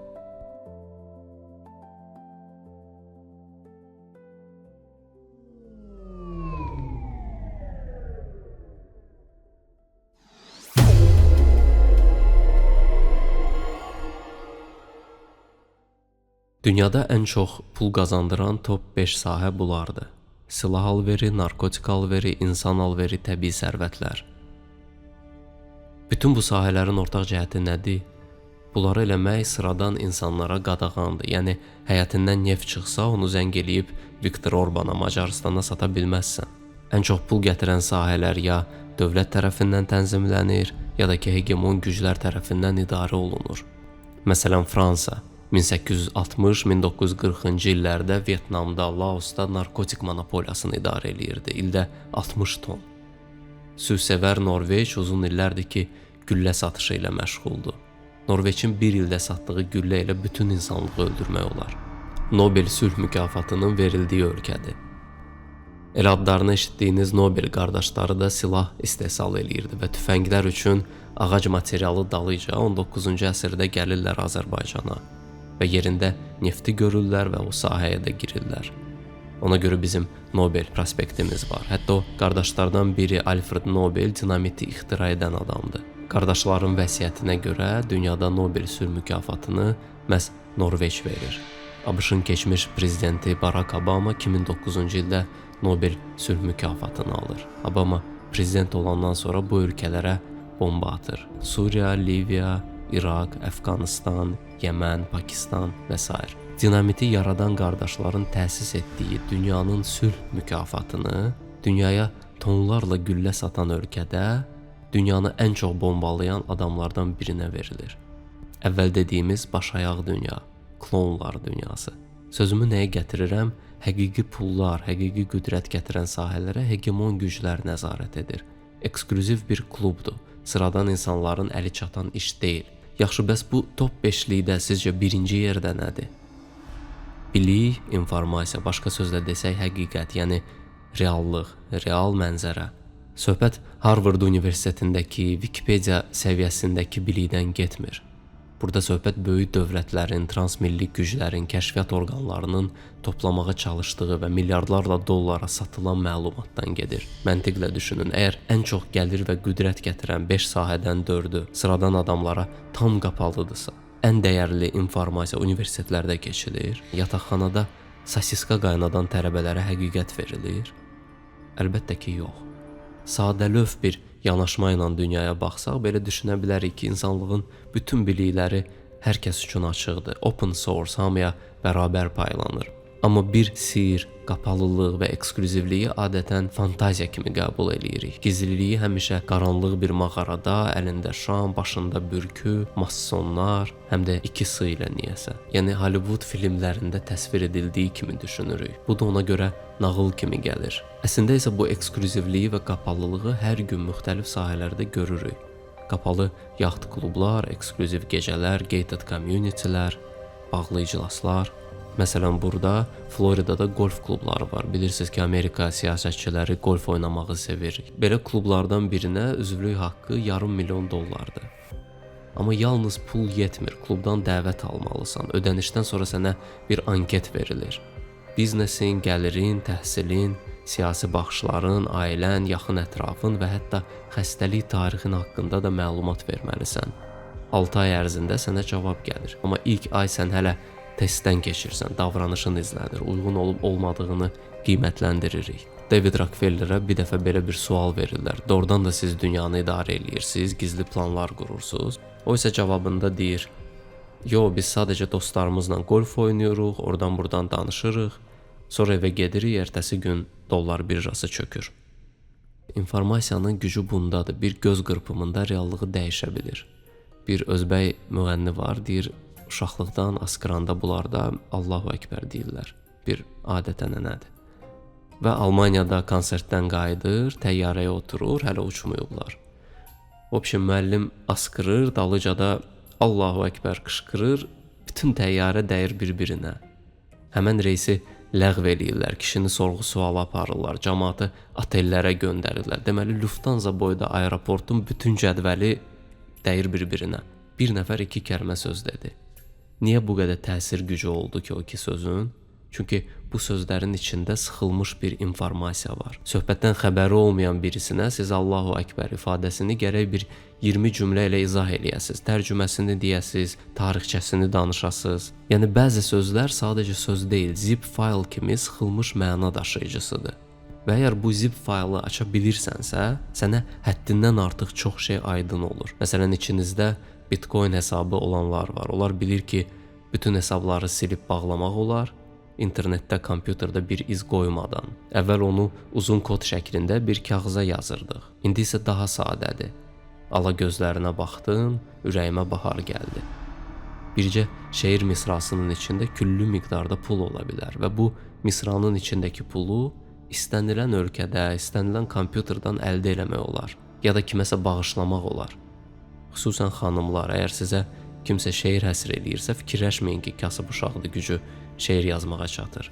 Necə ki, milyonlarla dolları bir misrada gizlətmək mümkündür, eləcə də bu top 5 sahənin hər birinin özünə məxsus qoruma mexanizmləri var. Məsələn, neft boruları hasarlanır, narkotiklərin qarşısını gömrük alır, insan alverinə qarşı küçələrdə kameralar quraşdırılır. İnformasiya isə ilk baxışdan mənasız görünən söz dumanının içində gizlədilir. Bu məlumat yalnız müəyyən təfəkkür dərəcəsinin anlaya biləcəyi kriptik, ezoterik və eksklüziv terminologiya ilə örtülüdür. Ona görə bu bilikləri açmaq üçün xüsusi hazırlıq və anlayış lazımdır. Ərəb dili müəllimim birinci dərsdə bizə ərəbcə kitabı açıb demişdi. Birazdan bu xalça naxışlarını oxumağı bacaracaqsınız. Həqiqi bilik də məhz bu cür naxışların arasında mənasız görünən informasiyanın içində gizlidir. Və bu dildə danışa bilirsənsə, sənin üçün başqa qapılar açılmağa başlayır. Qolf kluba səni qəbul edirlər. Çünki onların danışdığı dildə danışa bilirsən. Məsəl üçün, bu adlardan neçəsi sizə tanışdır? Yəqin ki, hamısı. Bəs bu adların neçəsini bilirsiniz? İkinci kateqoriya daha eksklüzivdir. Qolunuzdakı Rolex ilə gələndə siz birinci kateqoriyadansınız, yəni qara cəmaatsınız. Tarixən zadəganların, aristokratların masasında etiket qaydalarına riayət olunurdu. Hardasa 18 növ çəngəl, qaşıq, bıçaq qoyulurdu süfrəyə. İlk baxışdan bu mənasız görünən adətin əslində ikinci mənası var idi. Avropa daxilində minlərlə qraf, baron, knyaz ölkələr var idi, şəhərlər var idi və internet olmadığı üçün bu zadəganları üzdən heç kəs tanımırdı və şarlatanlar bundan istifadə edib özlərinə bir bahalı paltar alıb deyə bilərdilər ki, mən Baron Darcy the Knight-am və eksklüziv cəmiyyətlərdə belə adamı elə birinci nahar süfrəsində ifşa eləmək olurdu. Çünki bilmirdi nəyi nə ilə kəssin, nə ilə yesin və yalanının üstü açılırdı. Günümüzdə isə eyni proses kriptik danışığa keçib və 18 növ çəngəl indi sintaksisin içindədir. Birazdan bunu tam anlayacaqsınız, amma bir şeyi yenidən vurğulamaq istəyirəm. Bu biliklər sadəcə estetik, passiv biliklər deyil. Onlar hər gün, hər an həyatınıza təsir eləyir.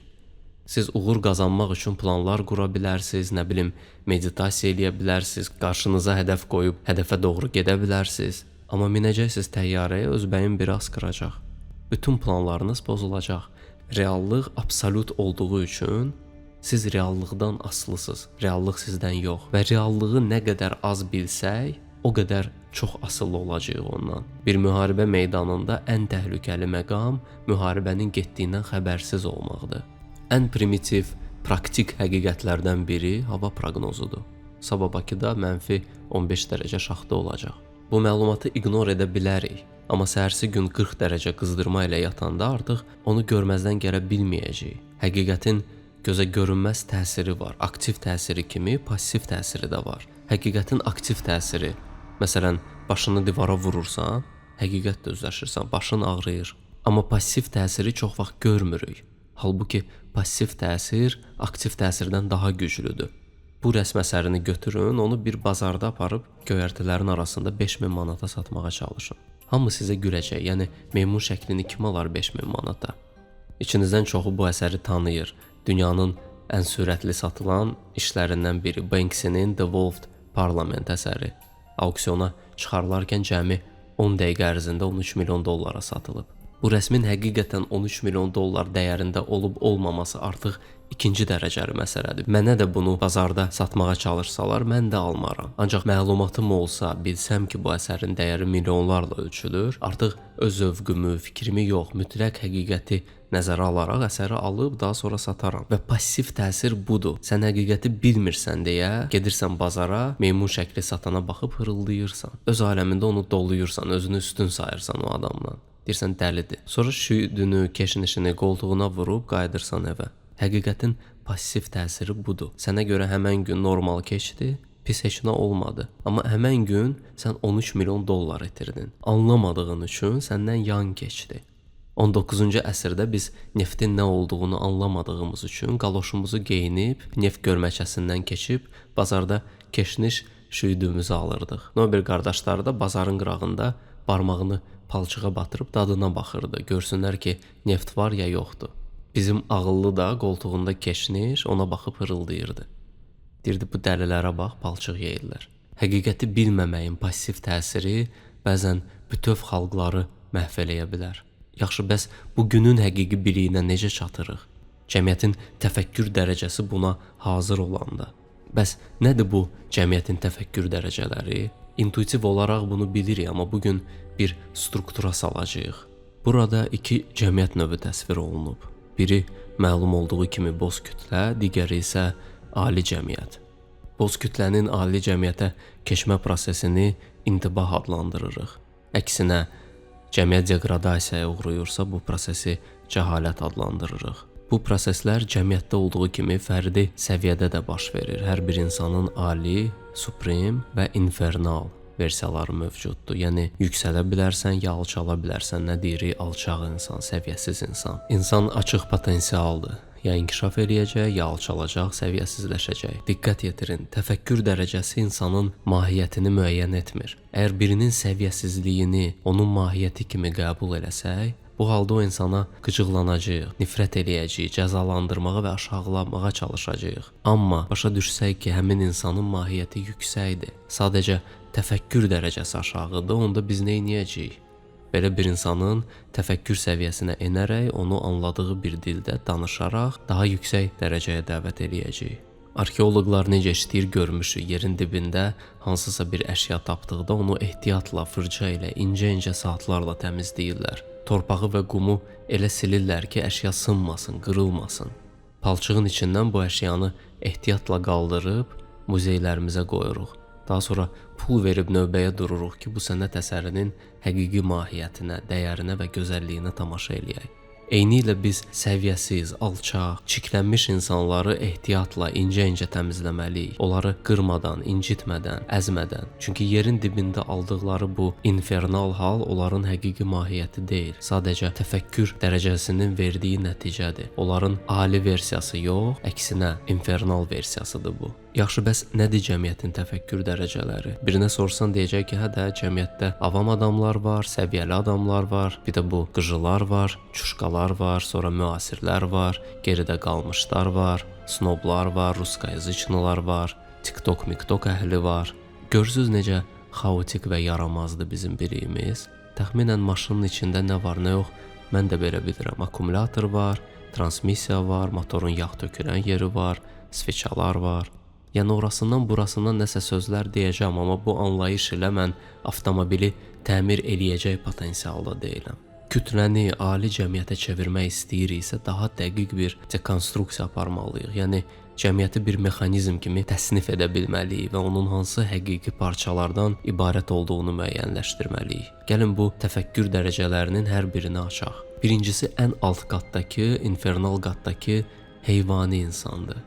Bir daha deyirəm, burada insanları təhqir etmirik, sadəcə doğru diaqnoz qoyuruq. Bir həkim xəstəyə xəstəliyini deyəndə onu təhqir eləmir. Heyvani insanların düşüncəsi heyvandan demək olar ki, fərqlənmir. Bütün təfəkkürləri, bütün istəkləri ən primitiv hisslərlə bağlıdır, instinktləri və bədənləri ilə bağlıdır. Yemək, şəhvət, seksual asıllıq, ləzzət almaq, həzz almaq, gözə xoş mənzərə, qulağa xoş musiqi, və ya aqressiya, qorxu, bu da heyvani hisslərdir. Yığmaq, gizlətmək, yer üstündə dava eləmək, təhlükədən uzaqlaşmaq, ləzzətə yaxınlaşmaq, qənd və dəyənək. Heyvan insan zorakılığa açıqdır, birisini öldürməyə, birisini zorlamağa, oğurlayıb qaçmağa hazırdır. Tapdığını yığmaq, ovladığını gizlətmək, mayalanmaq, yemək, içmək, çəkmək, düşüncəsini bu fikirlər zəbt eləyir. Həftə ərzində dəfələrlə pornoya baxır, bir masa arxasında oturanda söhbəti eşitmir, gözü yağlı tikədə qalır, pulsuz bir şey paylanırsa digərlərini əzir, növbəni gözləmir, maksimal əlini doldurur və qaçır. Biz cəmiyyətdə də belə insanları söyəndə mütləq bir heyvanın adını çəkirik, elə deyilmi? Donuz kimi yeyir, meymun kimi gülür, eşşək kimi anqırır. Cinayətlərin böyük hissəsini bu heyvani insanlar törədir. Normal cəmiyyətlərin hardasa 1-3% heyvani insanlardır.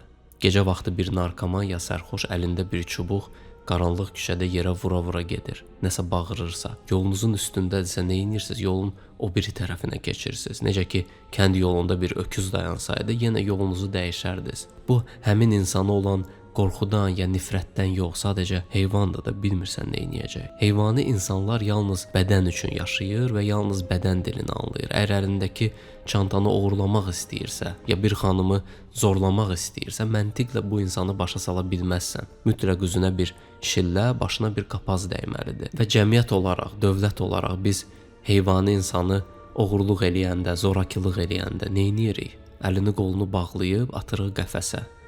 Yəni heyvan olsan, yerin qəfəsdə olacaq. Necə ki, heyvanlar insanlarla yaşamağı öyrənirsə, məsələn, küçə itləri, eləcə də heyvani insan cəmiyyətin minimal tələblərinə uyur. oturduğu yerdə saldırmaz, özünü yığışdırar, amma təfəkküründə heyvan qalar. Və əlinə imkan düşən kimi ölkədə bir xaos olsa, bir krizis olsa, heyvani insanlar üzə çıxacaq. Yaracaq, öldürəcək, zorlayacaq. Amma normal vaxtı metroda basa-basta bir də görəcəksən bu heyvani insan özünü yavaşca qızların arasına soxur. Şəhvəti onu idarə eləyir. İmkan düşsə, hər kəsi əzib keçər.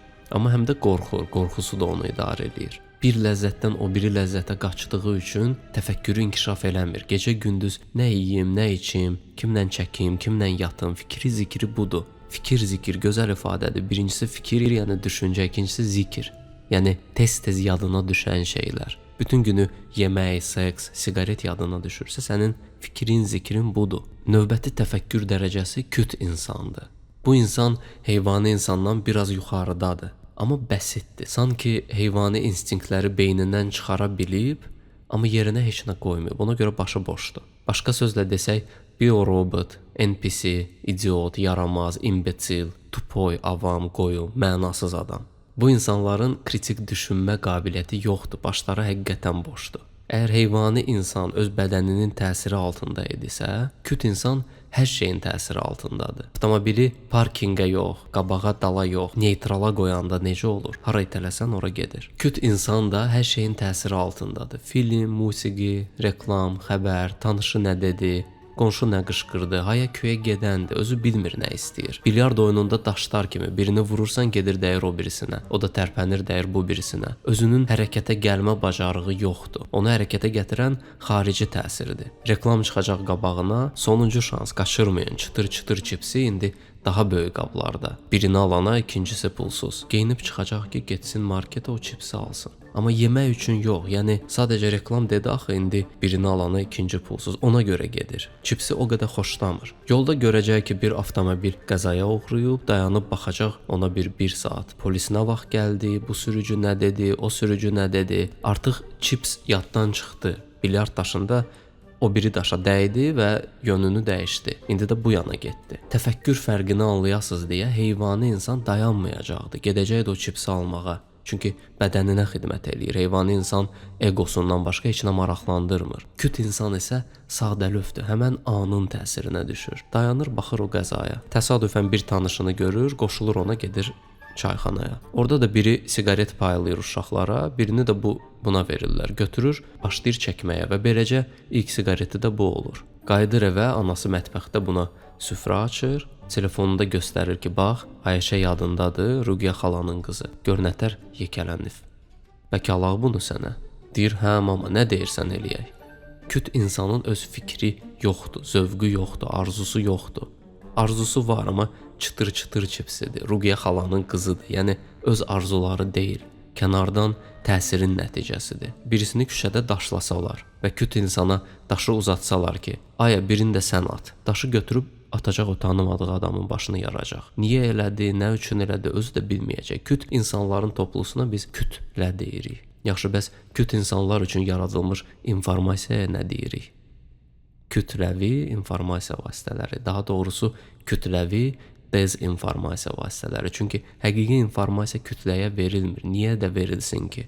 Küt insanlar cəmiyyətin 20-30%-ni təşkil edir. Onlara təsir eləmək çox asandır. Manipulyasiya eləmək çox asandır. Və təfəkkür dərəcəsi kütlədən yuxarı olan insanlar üç mənəvi seçim qarşısında dururlar. Kütlənin istədiyini onlara verim. Başlarını alladım, başlarına çıxım. Ya özümü kütlədən ayırım, deyim ki, mən o kütlədən deyiləm.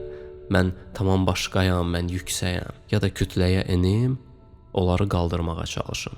Azərbaycan cəmiyyətinin yüksək təfəkkürlü insanları birinci və ikinci yolu seçir. Ya kütləyə çıtır-çıtır çipsini satırlar, ya özlərini kütlədən ayırırlar, uzaqlaşırlar kütlədən.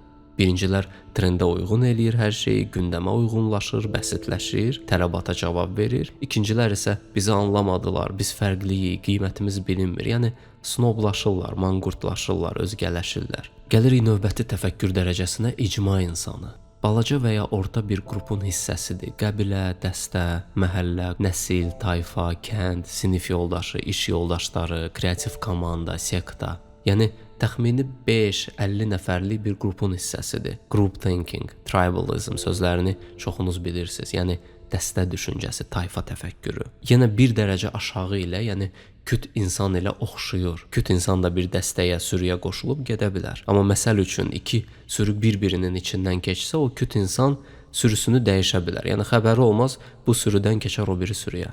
Amma icma insanı öz sürüsünə, qrupuna bağlıdır. Artıq burada bir ictimai zəncir var, bir struktur var. Bunu artıq cəmiyyətin primitiv forması adlandıra bilərik. İcma insanı üçün səhv və doğru anlayışları yoxdur. Qrupu tərəfindən qəbul olunan və qəbul olunmayanlar var. Dəstəsinin gücü çatan və gücü çatmayanlar var. Adətən bu qruplarda bir alfa olur və onun dediyi ilə oturub dururlar. Yazılmamış bir qanunları yaranır. Amma bu qanunlar alfaların kefindən asılıdır. İcma insanının stabil mədəni, mənəvi dəyərləri yoxdur. Dəyişkən icma dəyərləri var. Məsəl üçün bir qrup varlı xanımlar olar. Məsələn, hamısı həkimdir, dostluq eləyirlər. Və bu xanımlar üçün Louis Vuitton çantası niyəsə meyar olar. Hamısı o çantanı alar, aralarında bu çantası olmayanlara aşağı baxarlar və bu icmanın hər üzvü çalışar ki, kreditə də olsa bu çantanı alsın. Amma o həkimlər hamısı rüşvət alar, ya bilərəkdən əməliyyata ehtiyacı olmayan insanları əməliyyata göndərər. Və aralarında bu pis sayılmaz. Çünki icma qərar verib ki, bunu eləməkdə zapadlo yoxdur. Amma çantan Louis Vuitton olmasa sənə bir tər baxarlar. Yəni dəyərləri mədəni, mənəvi deyil, icma dəyərləridir. Bir oğluna 20 yaşında bahalı bir maşın alar, bu da içər, vurar maşınla bir kişini öldürər. Bütün icma hərəsi 5.000, 10.000 pul gətirər, 50.000 yığıb verərlər polisə ki, uşağı çıxartsınlar, getməsin 5 illik türməyə. Və gözləri yaşarar, özləri ilə qürur duyarlar ki, biz nə yaxşı iş gördük, filan kəsin balasını qutardıq. Amma birinin ağlına gəlməz ki, bu uşaq içib, insanı öldürüb, getsin 5 il cəzasını çəksin. Çıxanda nə yaşı olacaq? 25. Bu 50.000-i də verək o öldürdüyü kişinin ailəsinə. Evə çörək gətirən yeganə adam idi. Anası şəkər xəstəsi, 2 balaca uşağı var, evləri yoxdur, kiraya qalırlar. Sizə bu təfəkkür dərəcəsi tanış gəlir. Çünki ətrafınızda belə bir hadisə baş versə, 90% insan öz icmasındakı üzvü, qəbilə üzvünü xilas eləməyə çalışacaq, elə deyilmi? İcma insanı üçün dəyərli yalnız öz icması, icmasının fikirləri, icmanın gözləntiləridir. 50.000 verdik, öz balamızı xilas elədik. Amma yetim qalan uşaqlardan bizə nə? Bizim icma deyil ki. İcma təfəkkürünün ən yüksək forması mafiya, kartel, oğru dünyası, qüdrətli bir icma. Oturub söhbət eləsən 200-dən çox qanunları var. Bunu eləmək olar, bunu eləmək olmaz. Deyərsən bunlardan təmiz adam yoxdur. Amma başqasının başını kəsib arvadının qapısına qoyarlar. Yəni qaydaları, qanunları icma daxilindədir. Kənar dünya isə veclərinə deyil. Əgər bir cəmiyyətdə icma insanları çoxluq təşkil eləyirsə, klanlar çoxluq təşkil eləyirsə, müxtəlif qohumlar, yerli bazlıq, mafiya üsulları keçirsə, hər icma öz bildiyini eləyirsə, buna nə deyirlər bizim dildə? Dərəbəylik. Yəni hər dərənin öz bəyi var. Hər icmanın, hər kruqun öz alfası var. Öz qanunları var. Bizim tarixdə dərəbəyli dövrü hansı dövrə bənzəyir? Xanlıqlar dövrünə, qoçular dövrünə. İcma təfəkküründən qalxa bilmir, bir-birimizi qırırıq, birləşə bilmirik. Və nə baş verir? İcma təfəkküründən yuxarı qalxmış, birləşə bilmiş cəmiyyət böyük imperiyaya çevrilir və gəlir bir-bir bu balaca xanlıqları zəbt eləyir, bu icmaları zəbt eləyir. İcma insanı tənhalıqdan icmaya qoşulur. Yəni tək qalmaqdansa 5-6 nəfər olmağı seçir. Dəfələrlə görmüsüz ki, bir nəfər pis qruqda idi, özünü də bu cür aparırdı. Sonra yaxşı qruqa düşür, tamam dəyişir.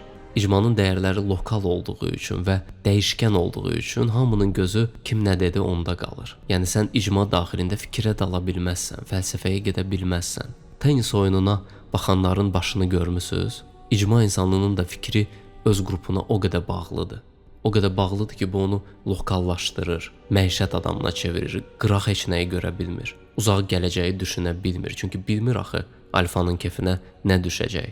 Yəni onun reallığı qısa və konkretdir. Kartof, soğan, maşın, telefon, qız nömrəsi, dəyişmə, dava, qeybət, WhatsApp, bir-birinə prikol göndərmək, yığışıb kimisə müzakirə eləmək, doğru və səhv çıxartmaq. İcma təfəkkürü insanın beynini lokallaşdırır, cılız və az dünya görüşlü eləyir. Azərbaycanda insanların böyük əksəriyyəti icma təfəkküründə yaşayır. Yəni hər qrupun içində qoçu kimdirsə, boli kimdirsə, psixoloji, maddi və ya fiziki güclü olan kimdirsə, onun dediyi keçir. İcmanın dəyərləri alfadan asılı olduğu üçün və alfalar gec-tez dəyişdiyi üçün icmanın da dəyərləri eləcə dəyişir. Ona görə icma dəyərləri xaotik və qeyri-stabil olur. Belə olduqda isə icma üzvləri heç bir dəyəri içdən yaşamırlar. Dərsi əzbərləyib amma başa düşməyən uşaqlar kimidirlər. Və hamı saxta, hamı süni olur, icmaya uyğunlaşır. Bir də görsən bir adam paralel iki icmanın üzvüdür. Birində dilinə söyüş dəymir, ədəbli, ərkanlı, o bir icmada hamamda yoldaşlarını dəyişirlər. İcma təfəkkürü insanları prinsipsiz, qorxaq, zəif eləyir. İcma insanının təfəkkürü uşaq kuklası kimidir. Üstündə məsələn 3 düymə var. Birini basanda salam deyir, birini basanda sağ ol deyir. İcma insanı da belə bir kukla kimidir. Sadəcə beyninin içində 3 yox, 300 düymə var. 300 əvvəldən yazılmış fikir var. Belə birisi ilə yarım saat söhbət eləsən, anlamazsan ki, öz təfəkkürü yoxdur. O 300 düyməsini elə basar ki, səndə illüziya yaranar ki, bu adam balası kimi danışır. Amma bir qeyri-adi şeylə rastlaşar, donub qalar, bilməz o 300 düymədən hansını bassın, hırıldayar. El arasında koda düşər. İcma insanına nəsə başa salmağa, vaxt ayırmağa belə dəyməz.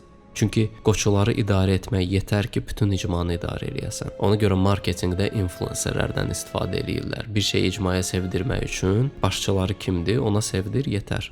İcma insanından sonra gəlir mədəni insan. Əslində mədəni insanla icma insanı demək olar ki, eynidirlər. Sadəcə olaraq bir icmanın fikri, ideyası, ideologiyası yayıldıqca, böyük əraziləri əhatə etdikcə mədəniyyət formalaşır. Mədəniyyət sözü Mədinə sözündən gəlir. Ərəb dilində şəhər deməkdir. Digər dillərdə isə kültür, culture adlanır. Bu qədim latın sözü kulturadan gəlir, becərmək, yetişdirmək deməkdir. İnsana ən kiçik yaşlarından bu kultura aşılanır. Uşağın ilk getdiyi yerə nə deyirik?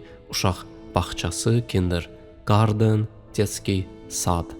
Mədəni dərəcə sizə çox yaxşı aydındır. Ölkədə xüsusi bir mədəniyyət formalaşır. Bu bir adət-ənənəyə, mentalitetə çevrilir.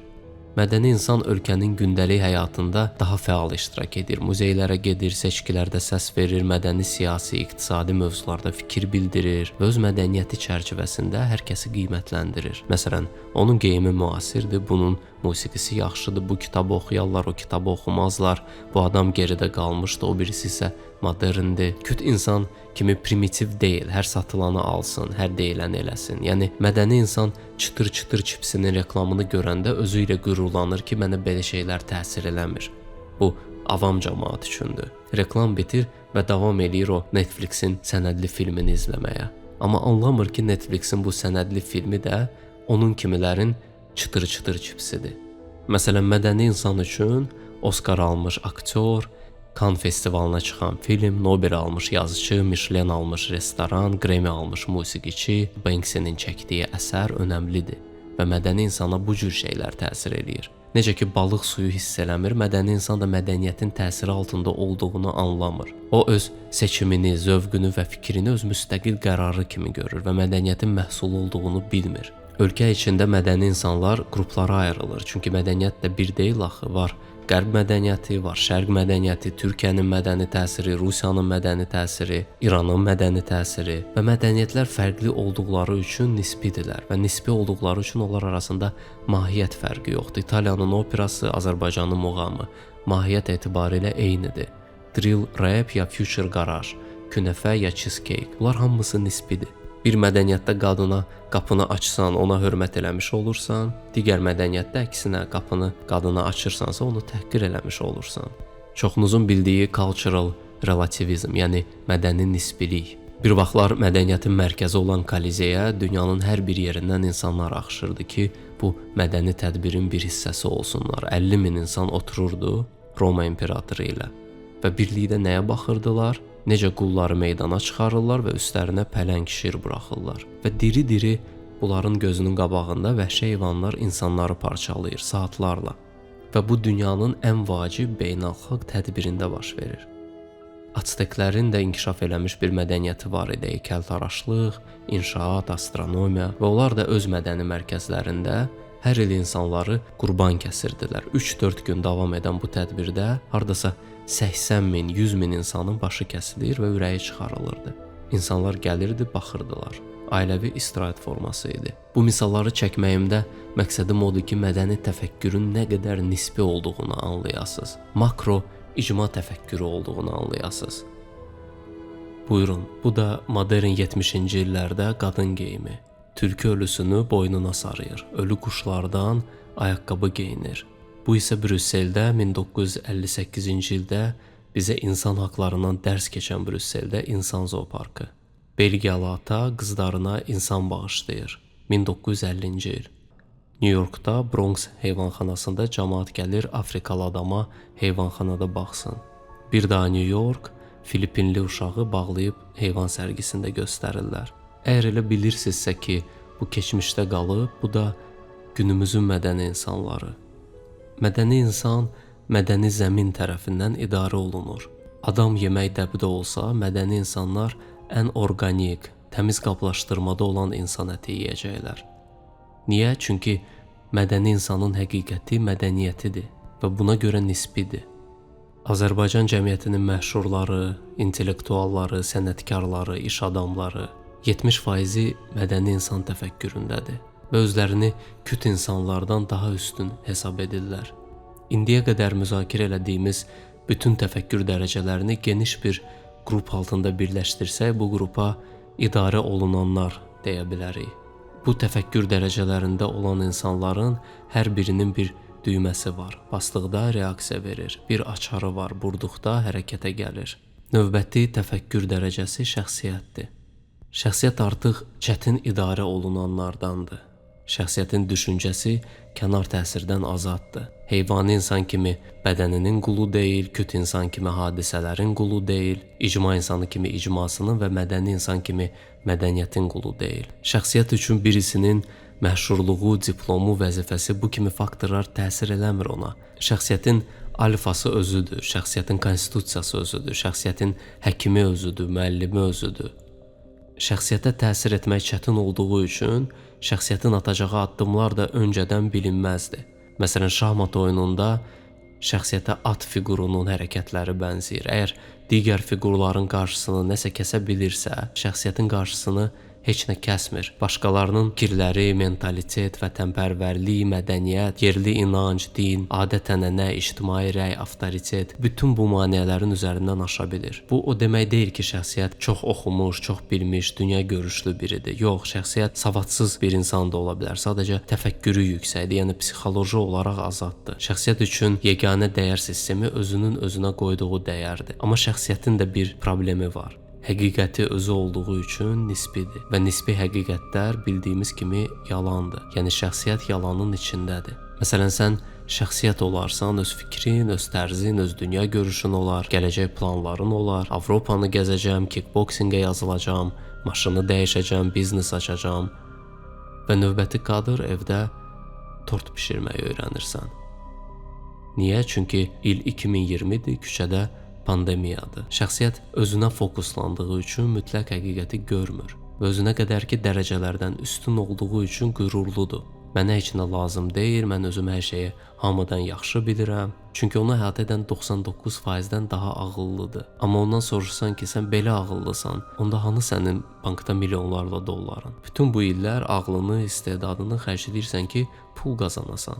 Şəxsiyyət qürurludur, ona görə Red Pill-in ikinci mərhələsinə belə çatmır, sorğulamağa belə başlamır. Şəxsiyyət bilirsiniz nə deyir? Mənim üçün əsas pul deyil, mən balanslı həyat tərzi sürürəm, biraz əylənirəm, biraz qazanıram. Ya da həyat belədir, yəni məmnuniyyətsizliyin şüarlarında qalır, məmnuniyyətsizliyin bəhanələrini söyləyir.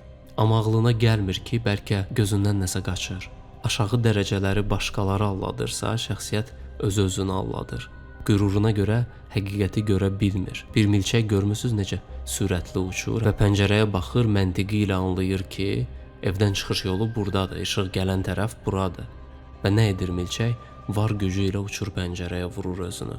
Sonra durur, bir də vurur özünü, bir də dəyir o pəncərəyə.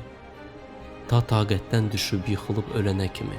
Şəxsiyyətin ağlına gəlmir ki, bəlkə mənim görmədiyim, bilmədiyim nələrsə var, maneələr var qarşımda. Bəlkə mənə də mədəni insan kimi, küt insan kimi nəsə təsir edir. Şəxsiyyət də əvvəl-axır həqiqətlə üzləşməli olur. Çünki bir şeyi görməmək səni onun varlığının təsirindən azad etmir. Piyanist filmi. İkinci Dünya müharibəsi dövründə istedadlı bir piyanist tam öz yaradıcılığına qapanıb və müharibəyə fikir vermir. Niyə? Çünki egosundadır, həqiqətlə əlaqəsi kəsilib, musiqi dünyasındadır. Filmin sonlarına fikir vermədiyi müharibənin onu nə hallara saldığını görürük. Şəxsiyyət güclü olsa da gözləri bağlıdır və hara getsə bir divara dəyər, bir quyuya yıxılar, bir tələyə düşər. Gözləri bağlı olsa da mental azadlığı onu biraz daha uğurlu, daha güclü edir və sistemi məcbur edir ki, az da olsa şəxsiyyətlə hesablaşsın.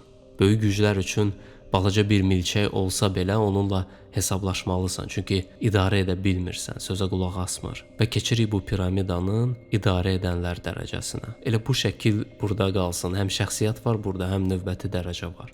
Və növbəti dərəcə siyasi insandır.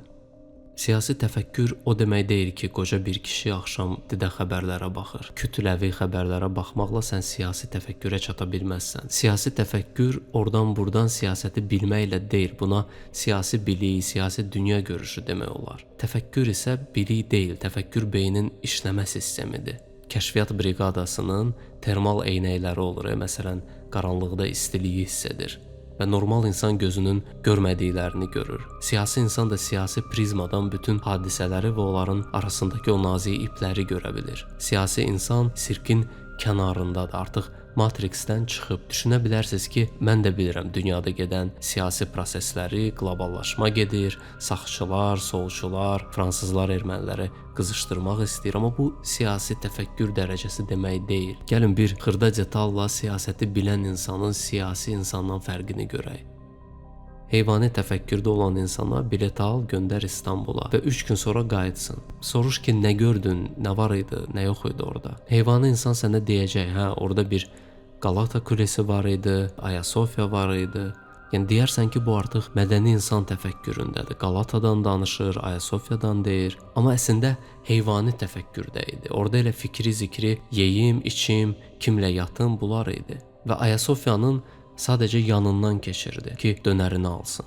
Yəni mədəni dərəcənin xırda fraqmentləri gözünün qarşısından keçirdi. Amma təfəkkürü heyvani dərəcədə idi. Yəni İstanbulun itləri də gözəl tanıyır. Galata Kulesini, Ayasofyanı, birinin kölgəsində yatır, birinin qırağına ifrazatını eləyir. Siyasəti oradan-buradan bilən insanlar da buna bənzəyir. Yəni deyəcək siyasətdə nə baş verir, xəbəri olacaq ki, filan prezidentlə filan prezident görüş keçirib. Amma bu 1-2 cümlə ilə də bitəcək. Yəni qayıdacaq çayxanasına, toyuna, serialına, mahnısına, məişətinə, mədəniyyətinə, icmasına, hansı təfəkkür dərəcəsindən gəlmişdisə o dərəcəyə də düşəcək. Necə ki bir balıq 1 saniyəlik sudan hoppanır, amma sonra təzədən düşür öz səviyyəsinə. Ümumiyyətlə bu təfəkkür dərəcələri qalxdıqca insan həqiqətə yaxınlaşır. Həqiqətə yaxınlaşdıqca da daha aşağı təfəkkür dərəcələrinə təsir qüvvəsi artır. Aşağıda olduqca həyat səninlə baş verir, yuxarı qalxdıqca sən həyatla baş verirsən. Məsələn, Fransa bir turisti dəyişə bilər, amma Napoleon Fransanın özünü dəyişir. Aşağıda nə baş verirsə hamısı yuxarı ilə əlaqəlidir. Qədimdə insanlar fəsillərin varlığından xəbərsiz idi. Yəni mağara dövrü, qəbilə icması hiss eləyirdilər ki, arada qar yağır, arada isti olur, amma bilikləri yarımçıq idi. Bu xaotik baş verirdi. Ovçuluq və yığıcılıq ilə məşğul idilər və yemək az tapıldığı üçün daim bir acılıqda idi qəbilə cəmaatı. Qarınları doysun deyə bütün günü gərək nəsə bir şey axtaraydılar. Hamı başını salıb aşağı, gözü torpaqda idi. Orada bitki, çiyələk, gilə meyvə axtarırdı. Heyvani insan, icma insanı təfəkküründə idi hamı. Çünki aclıq qalib gəlirdi təfəkkürə. Mədəni dəyərlərə nə vaxt çatırdı, nə resurs. Ona görə başları aşağı idi. Yer kökü, fındıq, qarağat belə şeylərlə maraqlanırdılar. Və günlərin bir günü içlərindən biri başını qaldırır və yuxarı ilə maraqlanmağa başlayır. Cəmaat yeməyi, məişəti düşünəndə bu ağıllı oturur, ulduzlara baxır. Ona deyirlər ki, bu dəlidir, havalanıb, bütün günü ulduzlara baxır. Bizim yerdə, torpaqda işimiz, gücümüz. Bu bizi acından öldürəcək. Bizə ulduzlardan danışma, göbələkdən danış, moruqdan danış. O isə fikir vermir icmasına və hər gecə ulduzları sayır. Bir daş lövhədə bunlara ad qoyur, fırlandıqları yolu cızır və beləcə bir il keçir. Bir il tamamlananda nə baş verir? Görür ki, bütün ulduzlar gəldi həmən o bir il əvvəlki yerə döndü və Matrixin ilk kodu qırılır. Deməli, bu hərəkət ixtiyari deyil, qanuna uyğunluq var burada. Və bu insan yığır mağaranı və deyir ki, baxın o ulduza, sabah filan ağacın üstündə olacaq. Baxın Ayparaya, 5 gecə sonra bütöv olacaq. Və icma adamları görür ki, bu dəli olsa da dedikləri bir-bir yerinə yetir. Və başlayırlar ona qulaq verməyə, çünki dediklərində həqiqət var. Və göylərdəki mütləq həqiqəti açan adamın köməyi ilə qəbilə yerin sirrini açır. Qədim insanların ulduzların hərəkətini öyrənməyi nə ilə nəticələnir? Təqvim yaranır, ili aylara, günlərə bölürlər və fəsillər yaranır. Yəni fəsillər əvvəl də var idi, amma bugün nizama salınır. İnsanlıq fəsillərin sirrini açanda yığıcılıqdan əkinçiliyə keçid olur. Əkinçiliyə keçən insanların yeməkləri çoxalır, qarınları tox olduğu üçün gücləri artır, əlavə vaxtları əmələ gəlir və mağaradan çıxıb ilk şəhərləri tikməyə başlayırlar. Təbiətin xaosundan azad olurlar. Sən həqiqəti bildikcə həqiqət səni azad edir. Və sonuncu təfəkkür dərəcəsi ruhani insandır. Fikir verin, dindar insan yox, inancılı insan yox. Məsələn, bir kəs küt insan ola bilər və dindar ola bilər. İcma insanının ailəsi namaz qılar, o da namaz qılar. Bir mədəni təfəkkürdə olan insan görər ki, hamı yoga ilə məşğuldur, bu da başlayar. Və siyasi dərəcədə də dindar olmaq olar. Həqiqi ruhani dərəcənin dindarlıqla əlaqəsi yoxdur və ruhani dərəcənin varlığını ancaq siyasi təfəkkür dərəcəsində olanlar bilir. Ona görə indiki mərhələdə bu haqda nəsə danışmaq mənasızdır. Sadəcə bilin ki, siyasi dərəcədən yuxarıda bir dərəcə var. İstənilən toyuq broiler təsərrüfatında erkək cücələri öldürürlər. Çünki yumurta vermir, əti yumşaq deyil, yəni yararsızdır. Proses necə baş verir? Cücələr yumurtadan çıxır və bir gün sonra bir işçi bu cücələri cinslərinə görə ayırır. Dişiləri sağa tərəf gedən yola qoyur, erkəkləri sola tərəf gedən yola qoyur. Bu yollardan biri gedir toyuqların saxlandığı yerə, digəri isə gedir sürətlə fırlanan bir mişara. Və bircə gün ömrü olan bu balaca erkək cücələr anlamır ki, bu getdikləri yol onları hara aparır. Yenicə yumurtadan çıxıblar, içləri ümid və sevinclə doludur. Niyə biz təfəkkür dərəcələrinə bu qədər önəm veririk? Çünki mütləq həqiqəti, yəni yaşadığımız reallığı hər bir dərəcə öz başının imkanları qədər qavraya biləcək. Nə qədər aşağıda olsa bu piramidada, o qədər xaotik və birdən başına gələcək nə gələcəksə. Və bu piramidanın üst qatlarına qalxdıqca həyat sizin başınıza gəlməyəcək, siz həyatın başına gələcəksiniz. Gəlin indi qısa bir hekayə ilə bu birinci mühazirəni toparlayaq. Donuzun nağılı. Orta əsrlər dağların başında bir Azərbaycan kəndində bir çoban ağacın altında yatır və burnuna qəşəng kabab iyi gəlir. Heç gözünü açmayıb fikirləşir. Qonşunun biri nə qəşəng kabab bişirib, burada olsaydı nə yeyərdim? Qarnını ovuşdurur, yatmağa davam edir.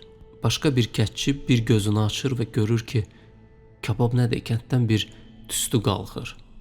Camaat nəsə qışqırır, işini gücünü atır, deyir, gedim görüm nə olub orada. Gəlir çatır camaata, qonşular qışqırır. Aya, qoymayın, söndürün. Haykanuşun donuzları yanır. Kəndin mədəni bir xanımı ikinci mərtəbədən qışqırır. Mən gördüm kim elədi. Bizə özgə olan adamlar gəlib. Uzun paltarlarda, saqqallı. Onlar elədi, tərbiyəsizlər.